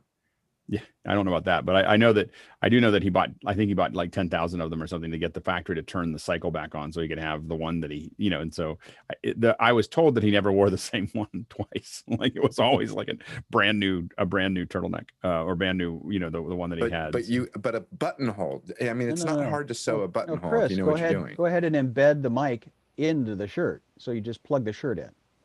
Yeah, the problem is you got to wash it. Anyway, go ahead, Marty. All right, so there's actually I just put links into the Mukana of several companies that make various clips and mounts and things. Yeah, that's one great. of them is called Lav Magnet, and they have a different magnetic system that's very interesting. Okay, so one of the most important things about using lavaliers is dressing the mic so that it's not only secure, but also has a strain relief. This is a strain relief, and it looks nice. And this is one of the actual dressing of the mic is definitely one of the underemphasized things for most broadcasts, especially when we look at broadcasts at home right now. It's horrible. Like someone should tell Chris Christie there's a whole bunch of problems Chris Christie has on air with his setup right now. But I watched this week with George Stephanopoulos, and he always comes in and his mic cable is always a big mess. It makes me crazy. Go ahead, Mary. Yeah. Well, you see this all the time when a newscaster or an anchor rushes to the desk, because they're going on air, but they're working on a story, and they just carelessly clip it on, and at some point they move and it just falls right off. Right. So here's a Sanken COS11, COS11. It's a very popular microphone for film and TV use. It's it's relatively small. I'm not going to say really small. I'll get to the really small ones in a moment. And so a typical way to dress a microphone is with the clip. I'm hoping you guys can see this. With the clip, I would bend the microphone wire underneath and through the jaws of the clip, and then over the top, and then on the back of the clip is another set of a grip. And so what happens is there are two loops. There's a loop underneath, there's a loop over, and then that's your strain relief right there. And it also gives it a little structure. It's strain relief, and it gives a little structure underneath the what it's being attached to. Is the nut by design? And so as the wire moves around, what you see doesn't. So I will clip it onto my shirt here, my panel. And so now I can move this wire around, and you see that what you see is very stable. Then I would, for extra security, tape it down to the inside. Now you see I have a loop here, and that's very a handy thing because wires can be microphonic. I'm gonna switch over to this microphone. All right, so now we're talking on this microphone, right? Now if I rub on the cable above the knot, you can hear this rubbing, right? Yep. If I go down here, there's a lot less of it. So as people move around. So I would tape this to the inside of the jacket really well. Don't use gaffer's tape because it'll leave all kinds of gum on the inside. Tell me how I know that. So what do you use? So you can use medical tape, which is very, very handy. Also good for securing head-worn microphones to the skin, and because it's invisible, it's less noticeable, right? You can also use this brown medical tape, which is pretty tacky but won't leave the gum behind, and For skin, it's also good with certain skin tones. You can also use white tape, although it doesn't stick very well to some fabrics. But that's what I would use. I would use something along those lines.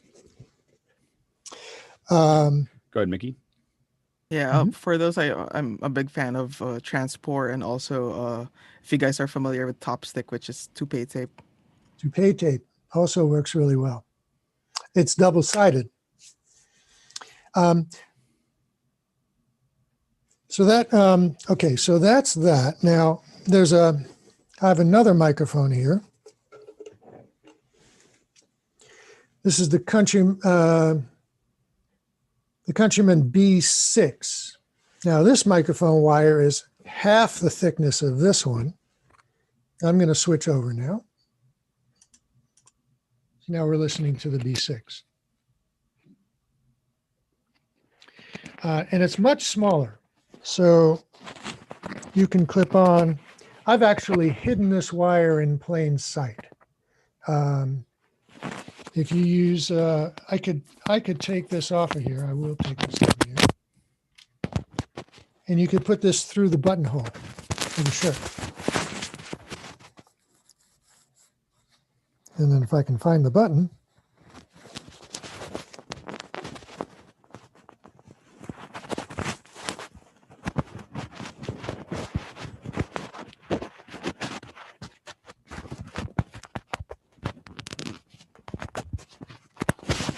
Okay, so now I've got a microphone here, and it's barely visible. I can tuck that right in there. It's so small that, it hides in plain sight. Now,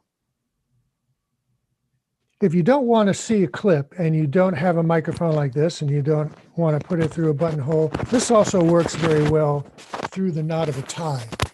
Bring it up the back of the tie, over the top of the knot, through the front layer of fabric, sticking just out the bottom, just so that the head is sticking out the bottom. You'll never see it, works really well, sounds really good. The funny thing is that's in the United States, we don't do it very much, but one thing that is noticeable, and the BBC points all their mics down. So if you watch all of the BBC lavs, they're always pointed downwards so that they don't get plosives. And I've always felt like even though it's omnidirectional, I always feel like you can hear the papers more on their desk than I feel like that you get more shuffling on BBC shows because that it's pointed down. But I'm told by the folks at the BBC that it's not the case. It's not any different. And I was like, they just use more paper than we do. Go ahead, Ann. Been roasted for turning the lavalier mic down or out to the side because I didn't want to get the plosives. What is the lavalier? You're really low. You're really low. I'm not sure why, but your audio. Oh, sorry about that. I just hit my mixer. So the BBC, every single person, if you watch a BBC World News, every single person will have their lavs pointed down. And I've been roasted for doing that on some of my work. I'd either have the lavalier turned sideways. You just have to respond with an English accent, or as best you can with an English accent. I've seen that. I've noticed at the Comedy Central shows, the Daily Show, and that they also have the microphones pointed down. Yeah. And what I was thinking was that I think if there's any breath noise or nose breath, that the microphone would be less sensitive to it.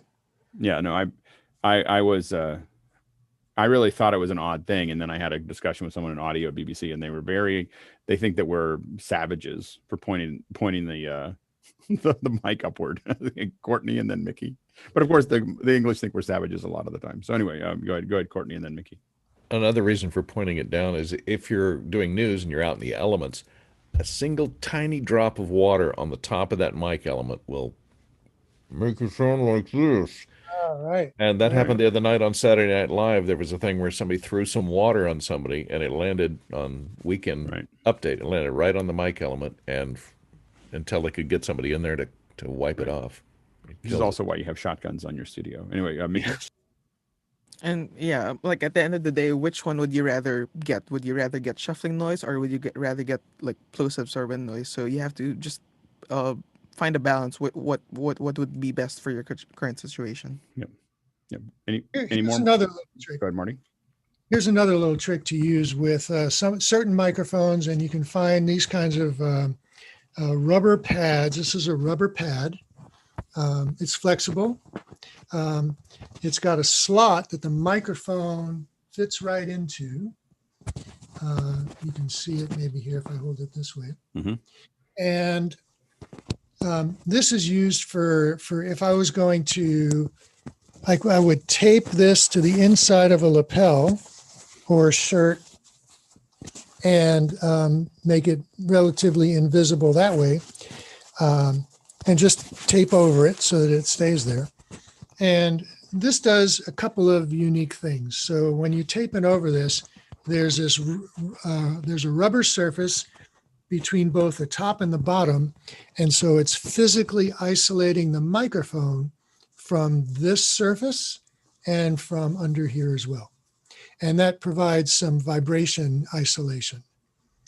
And it does something else too. Now I'm talking on this microphone right now, and with the head of the microphone just sticking out, listen to what the high frequencies sound like. And then I will pull the mic back until it's not even quite visible, and the high frequency response actually goes up. And so if you're hiding this behind an overcoat or heavy clothing material, it helps boost the high frequencies to overcome the loss, which is pretty cool, I think. Yeah, it's very cool. Now, Mickey?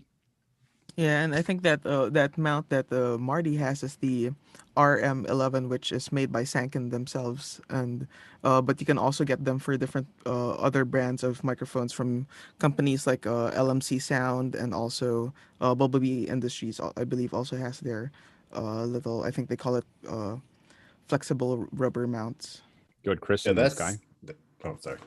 I feel like I've seen that mount, that last one that Marty showed, in that channel that I sent you, Alex, the audio engineers channel, but like taping directly to the skin for that, because of the isolation that it does, that mechanical isolation. I feel like they've taped that directly to the chest, the skin, I think also, right?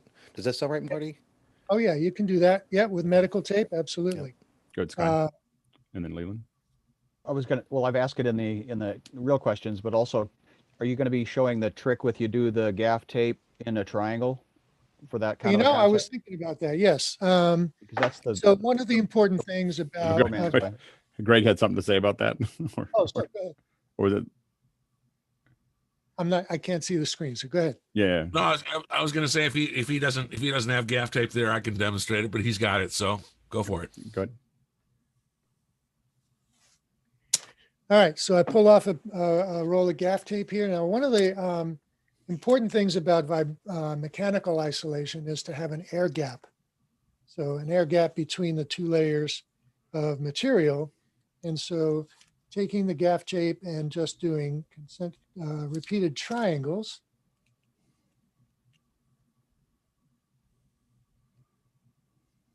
And then putting that in there.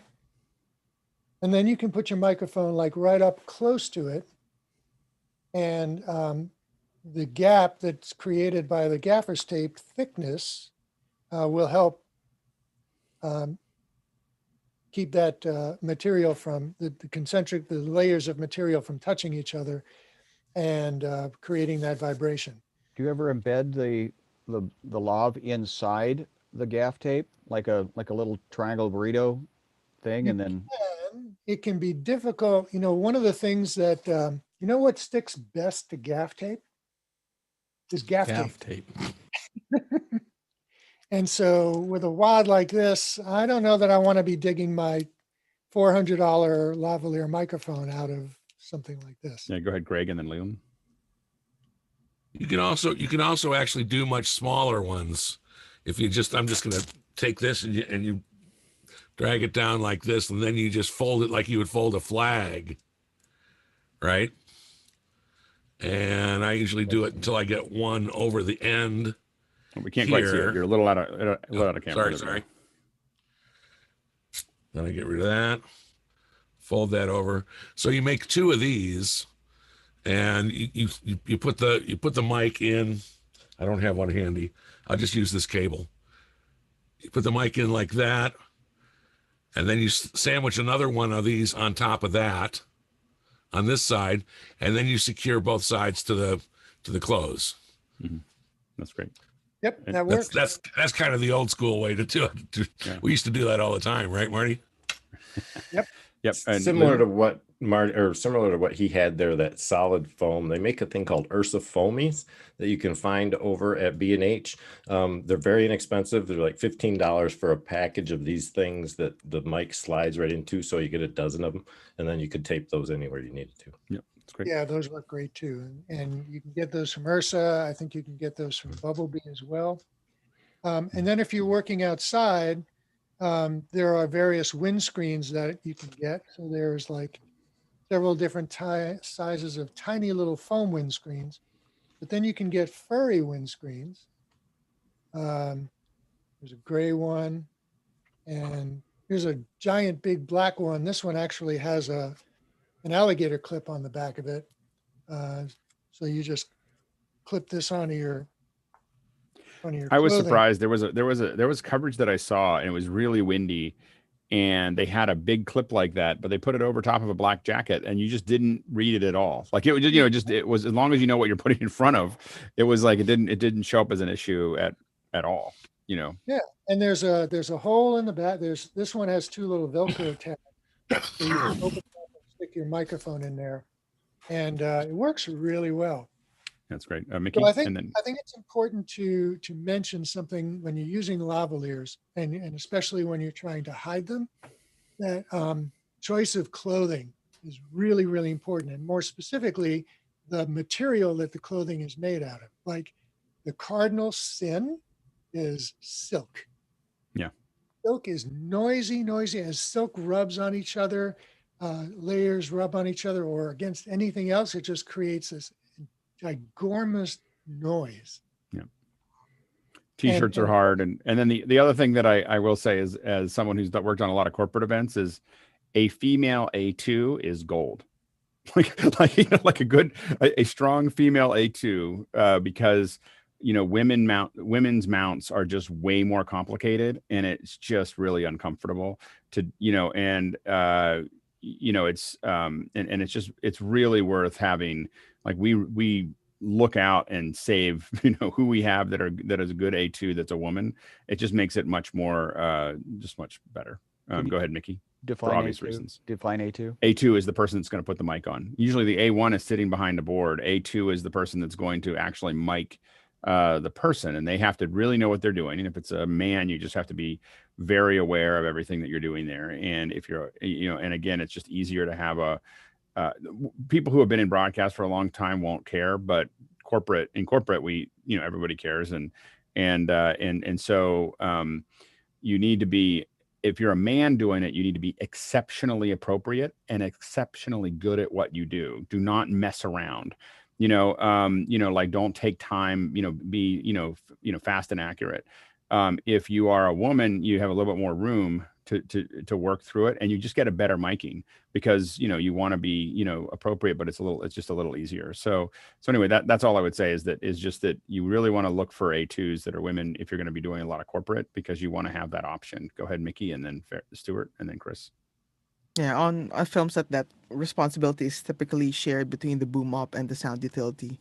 But yeah, in terms of miking up females, yeah, their wardrobe is typically more complex than male wardrobe, so it just takes a bit more time. But yeah, male or female sound utilities or boom ops, like with miking up subjects or talents, like you just have to be very detailed and constantly tell them what you're doing at that specific time. Like, so I typically say, like, I introduce myself, I say, okay, I'm going to give you this connector. We're going to slide it from the top of your top and let it exit at the bottom towards the rear, and like you guide them step by step on what you're doing, and they start to feel more comfortable because they know that you are there just to do the job. You're not there to faff about or whatever. And yeah, for most like professional talents, they just want you to get in and out as quick as possible. They don't care. Like they're comfortable enough. They do it every single day that they just want you, like, yeah, just do it, get it done, get out. And yeah, and the big thing is it's just not where you put your starting A2. Like someone who's that is just the worst possible thing. This is where you put someone that's very, very good at what they do. They should be nearly an A1 in skill. The other things that are really useful are mic bullets, which I think that they finally changed the name of it, but it's now called mic drops. Mic drops, but mic drops are mic bullets, which are a weight that's rounded that fits onto you just pop the end of your mic into it, and then it's just a strong weight to go through clothing. There's also a spring-loaded wire, not a spring-loaded, but like a tension wire that has that connector on it, and it's great for getting through complex costuming very, very fast, because it just has a ridge to it. You can kind of push it up something or down something, where that won't work. Go ahead, Stuart, and then Greg. And then Ant. Yeah, a lot of people who are in broadcast all the time will actually get in the habit of doing the mic themselves and what have you. But I do my own mic. Those of you who are I don't need any help. Just hand me the thing. Yeah. But for those of you who are doing the smaller, low budget productions or short films or that sort of stuff, talk to the makeup artists, because often if you get a rapport up with them, you can get them to make up or to do the miking up in the makeup room, and that gives people a little bit more privacy to do it. Yeah, go ahead, Greg. And the makeup artist will just take it as part of their gig. Yep, Greg. Okay, Marty gave a very, very thorough run through of all the basic techniques and stuff. So I just wanted to share one more technique that I learned on reality shows. And I don't know if you can see this, but this is an MKE2, and it's wrapped in a piece of the fur from one of those little Rycote windjammers, and it's secured at the bottom with a rubber band. And now this, with a safety pin going through it, in 90% of the cases, I'm eliminating two things.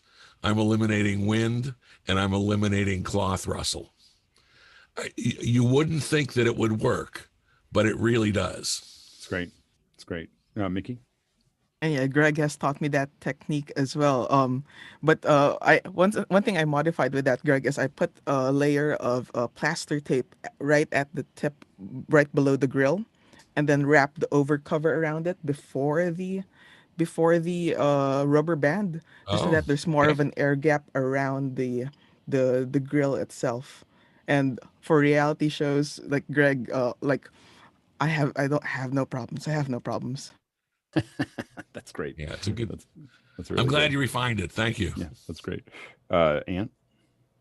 Yeah, my question was about t-shirt placement, because sometimes people are just going to wear t-shirts on the set, and I know Mr. Marty was saying somewhere around the torso was the best place for a lavalier, but again, it's a t-shirt. There's no lapel or anything like that, so I've had to deal with trying to put it somewhere around the collar with some gaff tape underneath. What are your thoughts on that? Go ahead, Marty. Or Greg. Go ahead, Greg. Okay. Oh, go ahead, Marty. Go ahead, Marty. Yeah, so you could actually, if the t-shirt is thin enough, you can actually tape it to the inside of the t-shirt, so that you can't see the microphone. And I would tape it pretty well, especially if there's going to be activity and there's going to be sweat. You have to choose your tape carefully. But if you can use a magnetic mount, so the wire would come over the top and it would drop down as far as you need to. It's not quite as clean a look, but it works. Right. That's the thing, is the aesthetic with it. Okay. Yeah, go ahead, Greg. The other thing you can do if you're not in a particularly humid environment is if they don't have a lot of chest hair, you can use hypoallergenic tape and just tape right to their chest in between the pecs here, and you've got built-in an air pocket, and you'll never see it.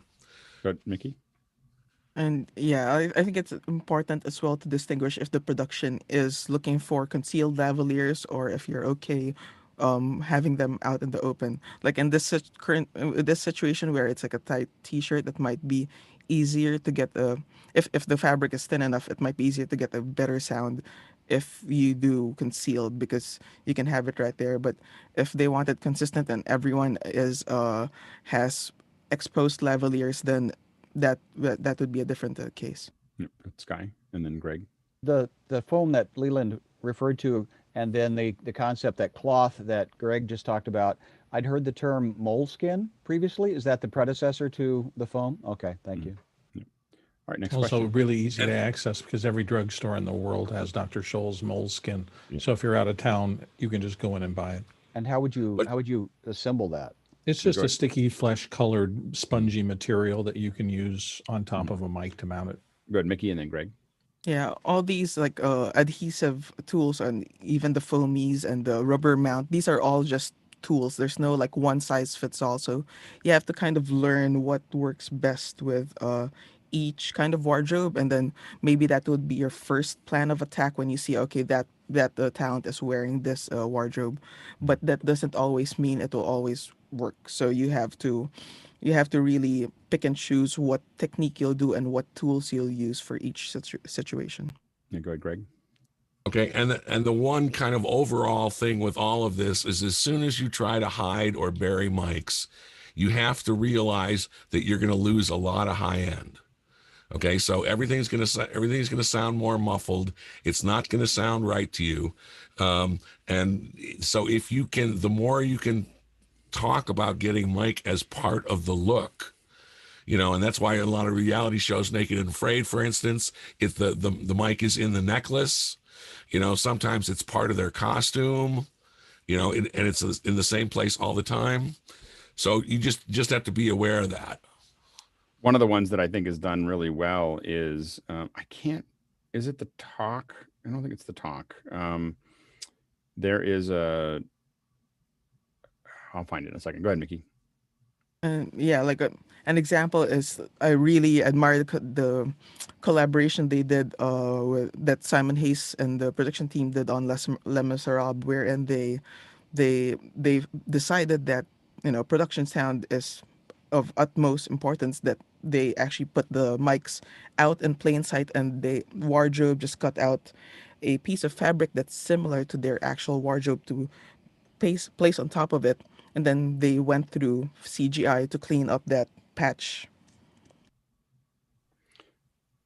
Yeah, I was just trying to find the reel.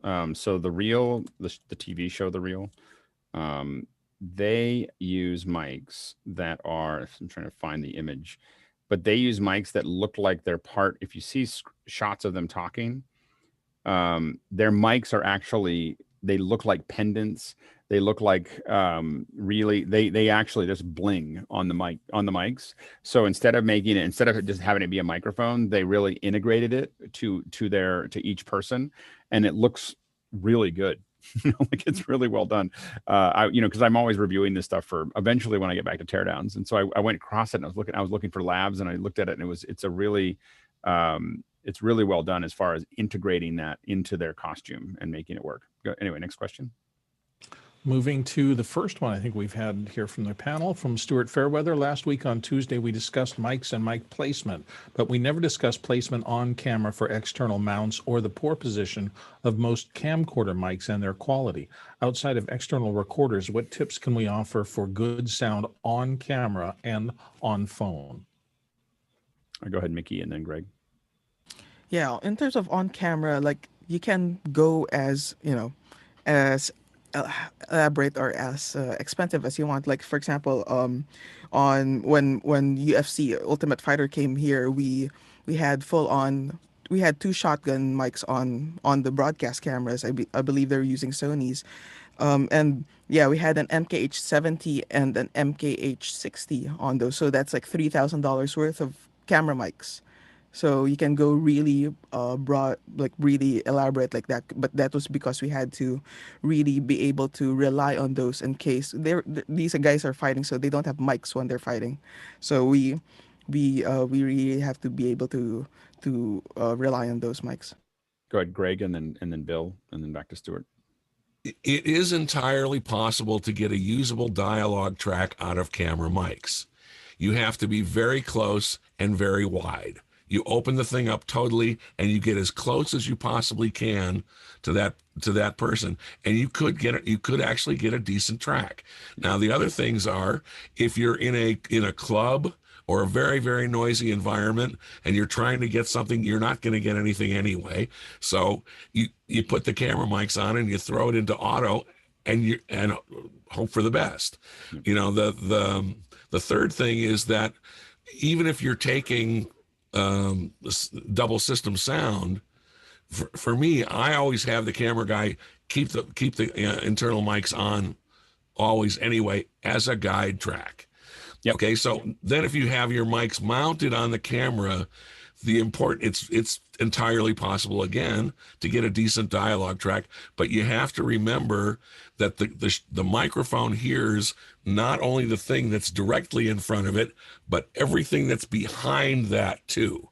So if your camera guy is moving around like this, you are constantly changing the background, and it's going to be a nightmare. Yep. If you're steady in one place and you can find a situation where there's nothing really, really loud in that background behind your subject, then you can stand a pretty good chance.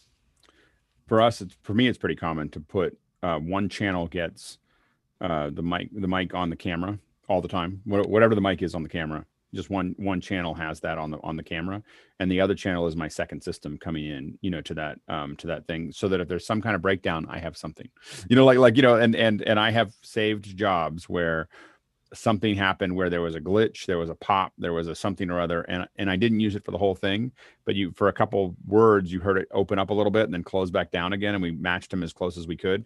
But we had, just that we had a connection issue, and you'd hear it clicking all the time, and we were able to kind of blend that out with the mic that was on the camera, which wasn't as good, but it was better than black. Bill and then Stuart. Yeah, I just want to emphasize what Greg said. For me, it's zoom wide, go close. And even if it's uncomfortable, if you can cut the distance between you and the person talking from 4 feet to 2 feet, you've got 4 times better signal to noise ratio because of the inverse square law. So I've pushed up to 18 inches a foot from somebody on a wide shot and way improved my sound quality in the field. They look a little weird, but that's okay. Stuart? Yeah, one of the things I wanted to point out was that most DSLRs now have their onboard mics built on the front panel, so it's pointing at the talent, whereas a lot of camcorders still have the microphones up on top of the body, and really it gets more atmosphere than it does sound from coming in front. Yep. That's why it doesn't really matter what level you're working at. A mount for a microphone is a good idea. There's plenty of ones that fit on the hot shoe. But something that I want to show for everyone is this is a shock mount made by Small Rig. And as you can see, there's a little bit of rubber and the microphone bounces a foot. That little bit of rubber gets rid of so much noise from, like when I've got the camera on my shoulder and I'm moving around, the mic is effectively moving isolated from the camera noise. And that is really important for getting clean sound, even if it's just your wild track for your editing, right, or to save your bacon if something goes wrong. Yep. Marty and then Mickey and then Courtney. One of the problems that we've found with onboard microphones is, in addition to the mechanical, if the microphone is not mechanically isolated from the camera, it can pick up vibration. But more than that, just acoustically, it's too close to the camera. And so any acoustical noise, like we've been hearing, I've heard lens motor noise. Oh, yeah. On track from the camera. And this is where a cage or a rig that you build around the camera that holds the camera and your wireless transmitters and has a place that's a little bit farther away to mount your microphone to, just for physical separation. Plus it also gives you a little bit more mass so that you can hold your camera. They come in really handy. That's great. Yeah, absolutely. Mickey and then Courtney. And yeah, you can get shock mounts from Rycote, which have the standard Rycote lyre mounts, and they also have a Carter 20. So earlier we were talking about Noga arms. You can hook that up to your cheese plate on the camera, and hook the other side to the shock mount, and you'll get really good isolation with that.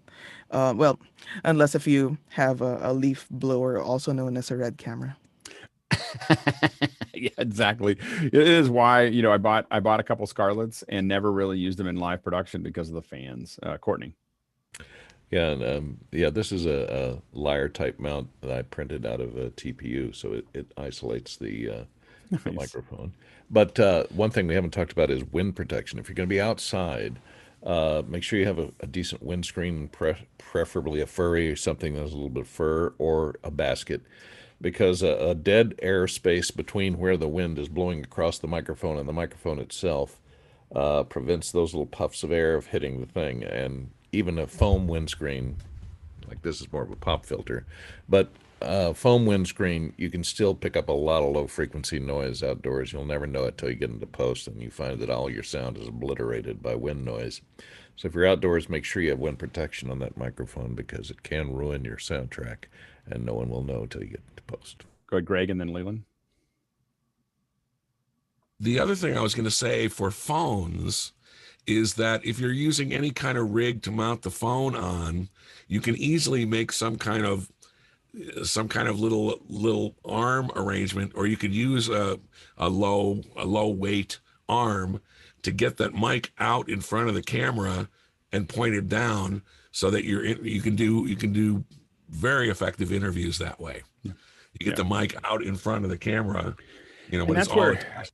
and for a lot of us, I mean, for a lot of people, that's where the cage comes in really useful. So those, you know, small rig makes a great cage, for instance, the 6K and lots of other cameras. I put all my cameras on cages. You know, it's like, oh, I have a new camera. Let's get a cage for it. Because then I've got 1/4-20s and 3/8 all around the camera. And you just start to your point, you start, oh, I put an arm out here. I want to have a light pop up. I want to have a monitor. You know, I don't have to think about what the rigging is. And most importantly, I'm not attaching things to my camera where if I screw it in too far, I might damage the electronics. I'm attaching everything to a cage, and I'm not putting stress on. So the reason I don't think too much, like Stuart was talking about, hanging it from the top or the bottom or whatever, is because I always have a cage. Like every camera that I have has a cage, you know, and it just got a little, you know, it's a little hard. And it also, by the way, when you drop your camera or it falls off something, it's got a cage made of metal that takes all that shock, and you hold your breath. But it doesn't. It's a lot better than that camera hitting the ground than the cage. Go ahead, Leland, and then Roscoe. I just thought, because we're bringing camera mics into play here, there's a likelihood there will be other mics in the set. So we should probably talk a little about 3-to-1 ratio and phase cancellation and how far you should really keep these mics away from each other, because you could obviously run into a lot of snags. Also, the 10 dB rule, which would mean the first camera, the other camera should be toned down a little bit on dB levels, so you're not causing that phase cancellation to take place. Absolutely. Roscoe, and then Mickey. Yeah, I was just going to say that even though you might be a single camera person, you can still bring a boom or a giraffe boom and set it up and get the microphone completely away from the camera head. It solves a lot of problems, and it does allow you to get the microphone closer. And if you use a giraffe boom, you can come in from the top. Yeah, that's great. Mickey? Yeah, in terms of, like, say if you what Leland was mentioning, wherein you have a camera mic and then you also have a separate sound mixer, dual system sound. Yeah, like I usually don't you know, I get the levels on the camera mic, you know, at a decent place, but I wouldn't really think about having to phase things out, align things in terms of phase, because most of the time with dialogue, you're dealing with one track at a time. You don't play all tracks at the same time. And typically, like the track that's recorded directly to camera is just a backup. So, you know, you only have to go to that if you somehow lose your second system sound files or something. Next question. Moving on to Emin Crumbuk of, it says OC, I don't know where, but just wonders clarinet mics. Now, I know we did this a day or two ago. I think we talked a lot about it. So let's try to do an abbreviated version since we're running a little low on time. But I think that, does anyone have any quick, go ahead, Greg. First of all, you have to decide, is this for recording or for live? Because they're two totally different animals. For recording, typically, almost any kind of mic would work really well. Large diaphragm condensers work worked better. 421s was MD 421s was another popular option, but mic'd from above and kind of midway, somewhere around the lower hand. Okay. For live, there's a bunch of different on clarinet mics that I think would probably be best. The one that I liked was one that fit in the what did you call it, Stuart? The neck. The neck of the clarinet. It fits actually inside, and it sounded really, really great. I have to see. I posted it. I'll see if I can find it again. Real quick, Stuart, just super fast, and we're gonna move on. Yeah, just one quick point. With woodwind instruments, a lot of people don't realize that where the keys open is where the majority of the sound from. It doesn't actually come out of the bell. It comes out because you're changing the distance between the reed and where the opening is, and that changes the frequency. That's great. Next question. Ray Maxwell in Vancouver says, how do you keep people from pounding or slapping their chest when wearing a lav mic? Lav and boom. Clue hammer? Electrostimulus is usually what we use. You add to the mic, you just wire in the electrostimulus, and then you give them the stimulus when they do the wrong thing. Go ahead, Mickey. Handcuffs. Yeah, if it's something pre-recorded, then when you cut, you remind them, hey, don't do that, or you talk to the director and have the director remind them. But if it's live, hopefully they have comms. I gotta tell you, I'm just gonna keep on coming back to it. Comms is everything, and being able to have IFBs for every person that you're dealing with, literally just is life changing for the show. Just being able to pop something in their ear, it's really, really useful. Next question. I think we've covered this. Sky was looking for the sticky triangle. Greg showed it on camera, so we're moving on. Next Stuart Fairweather of Melbourne says, when the lapel mic fails, what solutions are preferred for the room mic hanging from the roof of a studio as the last backup to the backup? Go ahead, Mickey. Yeah, it depends what the situation is. Like, say if it's a live thing or like an event, you'd have an A2 run with a handheld mic, and give that to them. If it's on a pre-record, like a narrative thing, then if you have the lav channel up more than the boom, then you bring that down, bring the boom up a bit more. But in pre-recorded, you can always fix it after the take.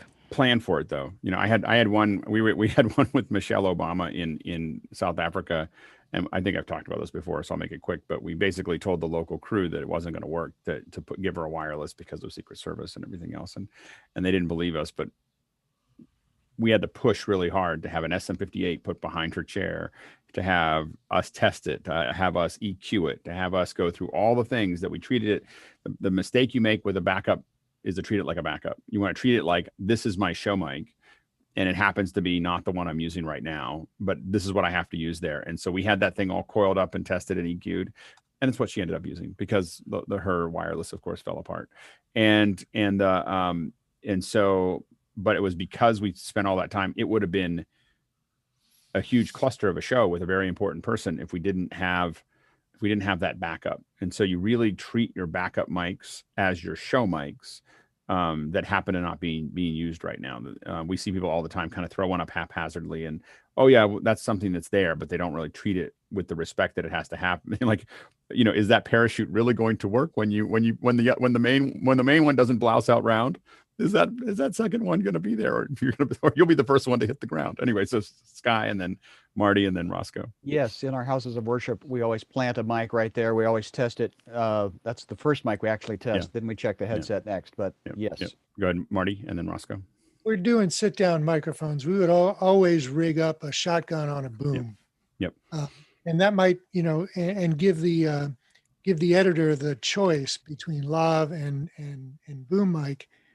One might sound better than the other. You might not know it on when you're actually recording it. Yep. Go ahead, Roscoe. If you're in a room where you're going to continue to use it and you have access to it over and over again, and you can control it, hang some choir mics. You'll be amazed how good they actually are. Yeah, absolutely. Stuart, and then we'll move on. I'll get Roscoe to repeat the brand name there, because what I was just going to say is the first studio I ever did stuff from, there was a microphone literally hanging on a cable from the roof, and it was the backup for getting audience noises or just in case everything else failed. But I never knew the brand name of it, and it was actually it sounded quite nice. I put a link in, but my technology goes back a few years, so I'm sure there's something better out there today. Marty, and then we're going to move on because we're running out of time. Go ahead. Next question. Yeah. So there's a bunch of choir mics that can be hanging microphones that can be had, and they're cardioid or hypercardioid. But if you're working out of the same room all the time, and if it's like a conference room, there are now microphone arrays that you can get that hang from the ceiling or from a stand, and they intelligently aim themselves in the direction of the sound source, which can change. Yeah. So people can be sitting anywhere in the room, and this thing will instantly zero in on whoever's talking. Actually does a pretty good job. Pac-12 has in San Francisco has, I want to say it's 50 or 60 mics in a press room, and everybody can just talk normally, and it is totally perfectly handled by all the mics. They figure out where it is, and they eliminate all the other sound. It's kind of amazing. You don't have to pass around the mics. It looks crazy when you walk in, but it works really well. Next question. We're going to keep moving. Rick Backos of South Bend, Indiana says, where do you put body packs on dresses? And I have a real quick story. Real quick. We're going to move, we're going to do 30 seconds to a minute per answer. Go ahead, Bill. So I had a thing with the Athena Awards in Phoenix where the woman who was speaking, beautiful woman who has a slim fit thing, there was no place to put a mic at all. And I was so panicked because I thought I was going to have to ask her if I could tape it to a thigh or something. It's that bad.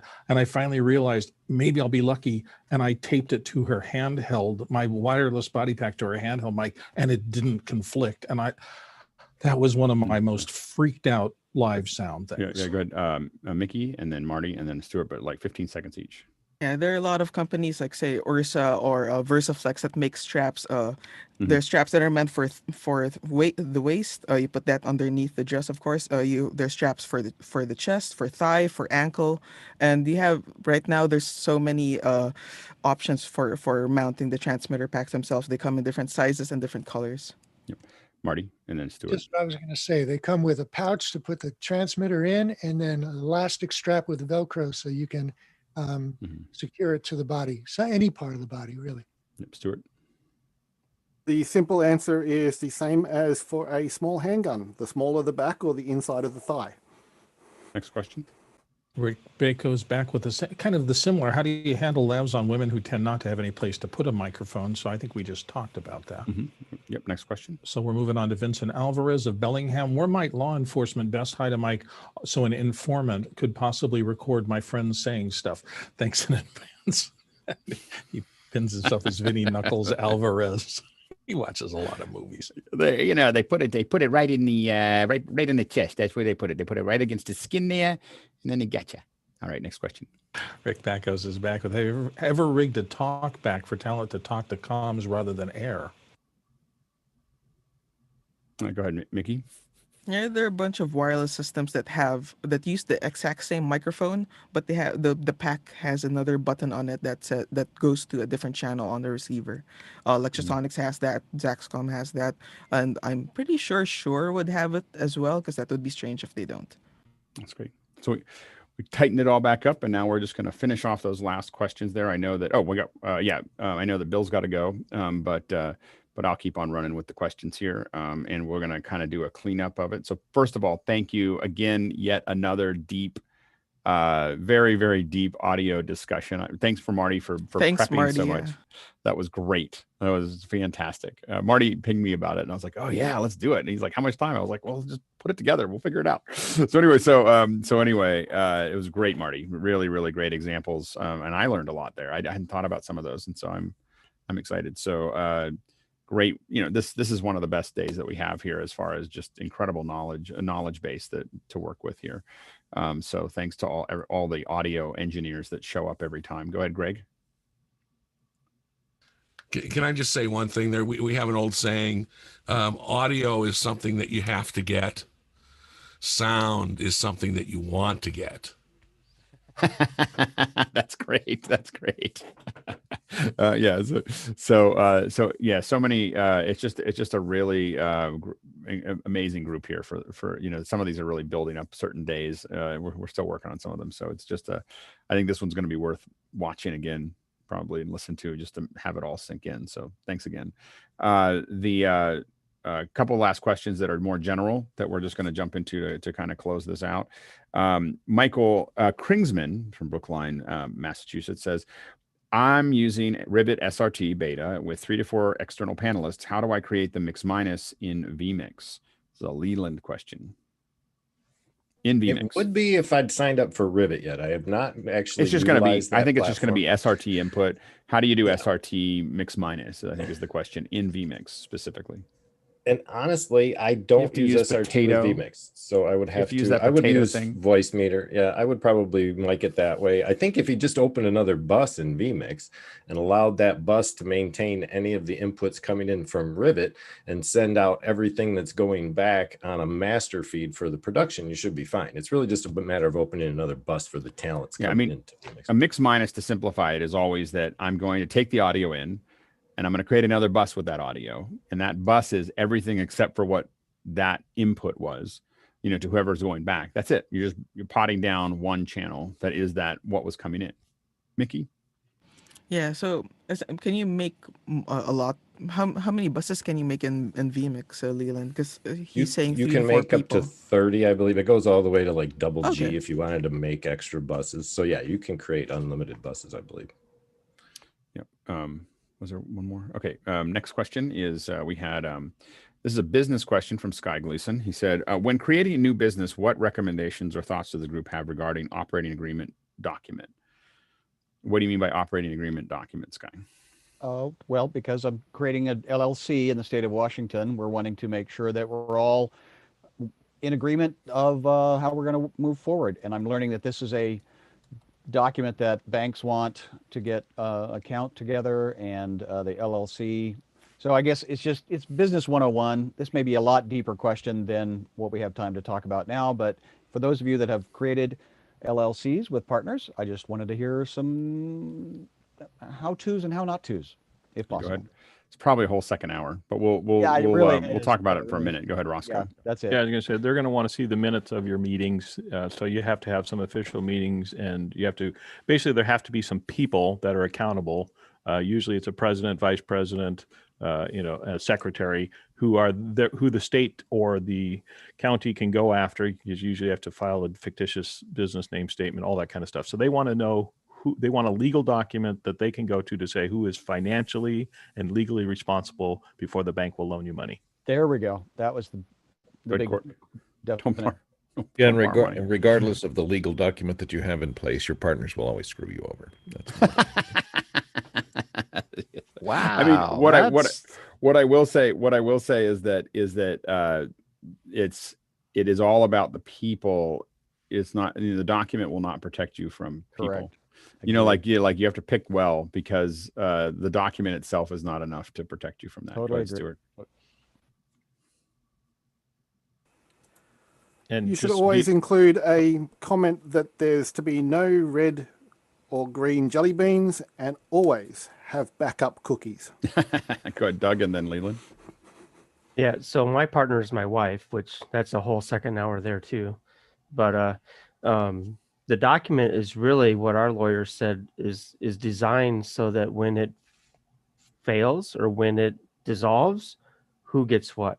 So I know it's kind of a negative thing going in, but it protects the parties going out. Yep. Go ahead, Leland. Yeah. Just to touch on one thing, I want to correct myself on video rather than just in Mercana. There are only A through G buses in vMix, but there are 32 channels capable of being directed into those buses. I wanted to make sure it ended up on the video. Yep, absolutely. Roscoe? And I was just going to say, it's actually harder to break apart the agreement. So be careful what you sign, because you'll spend a lot more money on lawyers and stuff breaking a company up than you will forming it. I was recommended to have what's referred to as a buy-sell agreement. So the inevitable, at some point we will dissolve this, and so to plan for that eventuality. I mean, the whole starting agreement is how to end it.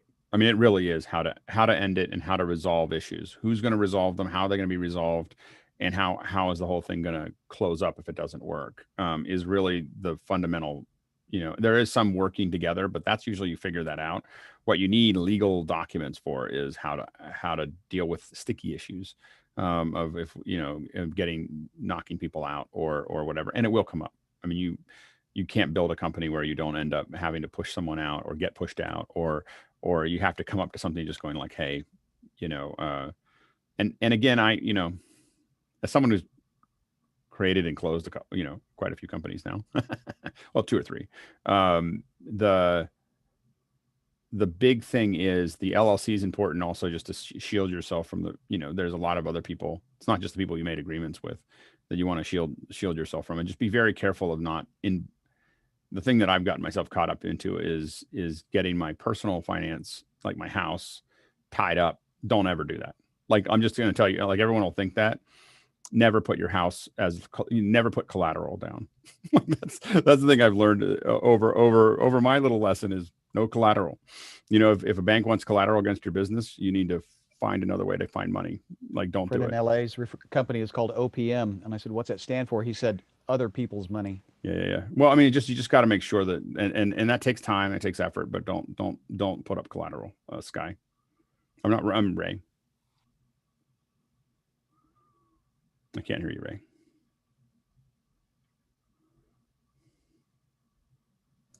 If you have assets involved, I had a half share in an airplane. And the thing you want for sure is what we call a shotgun clause, which basically, if somebody wants out, the person who wants out, to guard against them, the person who's staying in, to guard against them lowballing you on this sort of thing, you say, well, I want so much, to buy out. You can turn the thing around, and the other person can exercise for the price offered. Do you understand what I'm saying there? Yeah. And it prevents ridiculous offers made. You better be ready to take that money for that price if you're willing to give that. Right. Buying out. That's helpful. Thank you. Yeah, I was going to cover something similar to what Ray just said, but also, especially for those of you who are doing apps and that sort of stuff, have a price in mind at which point you will sell out. Right? Especially if it's, say, Apple or Android or anything like that come knocking on your door and they offer you wads of money. Have a figure in mind at what point you get out and you take the money. Is a percentage is acceptable? Percentage? Yeah.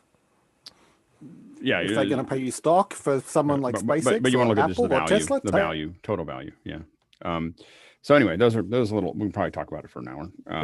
That was very helpful. Thank you, gentlemen and absolutely. Ladies.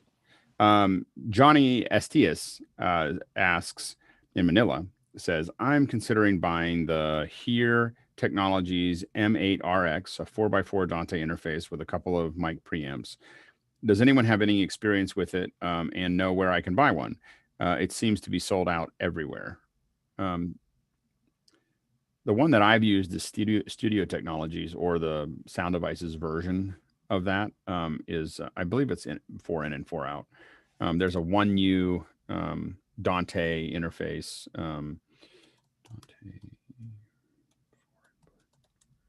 See if I can bring it up here.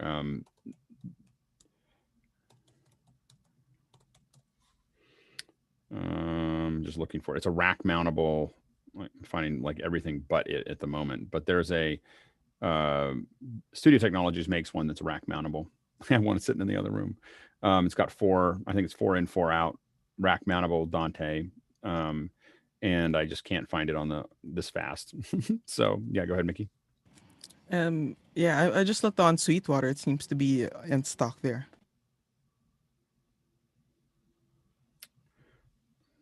I don't know why my computer. That little one.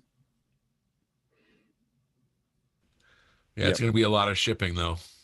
Yeah, you said M8RX. This is the M8RX preamp. Yeah. Shipping. Shoot me a message, Johnny. You're in Manila.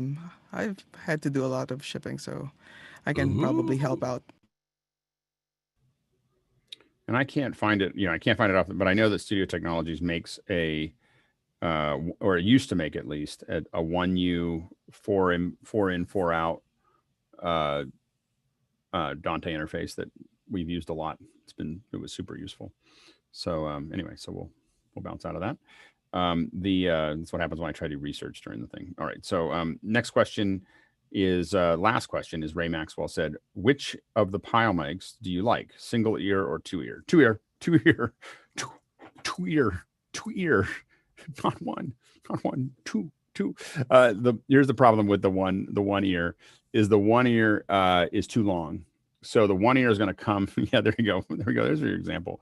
So the one ear is too long of the Pile. And as a result, it comes out to about here, even on me. And I have a very large noggin. And so it comes too far out. So what you have to do is you have to bend it down and over, and it becomes this kind of thing. And then even when you get it just right, where you've bent this big long L and then it comes forward, you now have to tape it over here, or it's going to do what Sky was showing, we just swing out. The only exception to that is if you have big hair, or like for instance, my wife has my wife's African American and she has braids, and the two ear doesn't work for her because of her braids.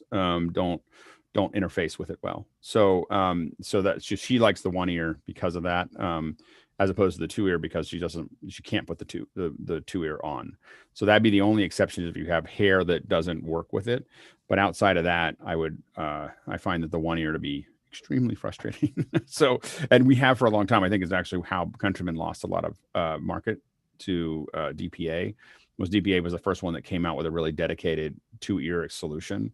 And it just took over. Like we just saw Countryman move to DPA across it. I don't think it had to do with the mics as much as it had to do with the interface of how it worked, or how people worked it. Because I've had very important people on stage with their mic swinging out, because it was one ear. So anyway, something to think about there. All right, we made it to the end. Cleaned up a couple of those there. I want to thank everybody, all the attendees, all the panelists. Go ahead, Paul. Did you want to say something real quick? Yeah, just real quick, some business.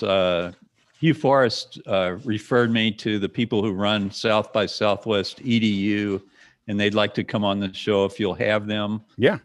So we'll carry this conversation into Discord, okay? Yeah, that's great. Yeah, I love it. It's great. I didn't expect any more after that, and so we'll have a discussion. We'll bring them on. That'd be a lot of fun. Go ahead, Leland, real quick.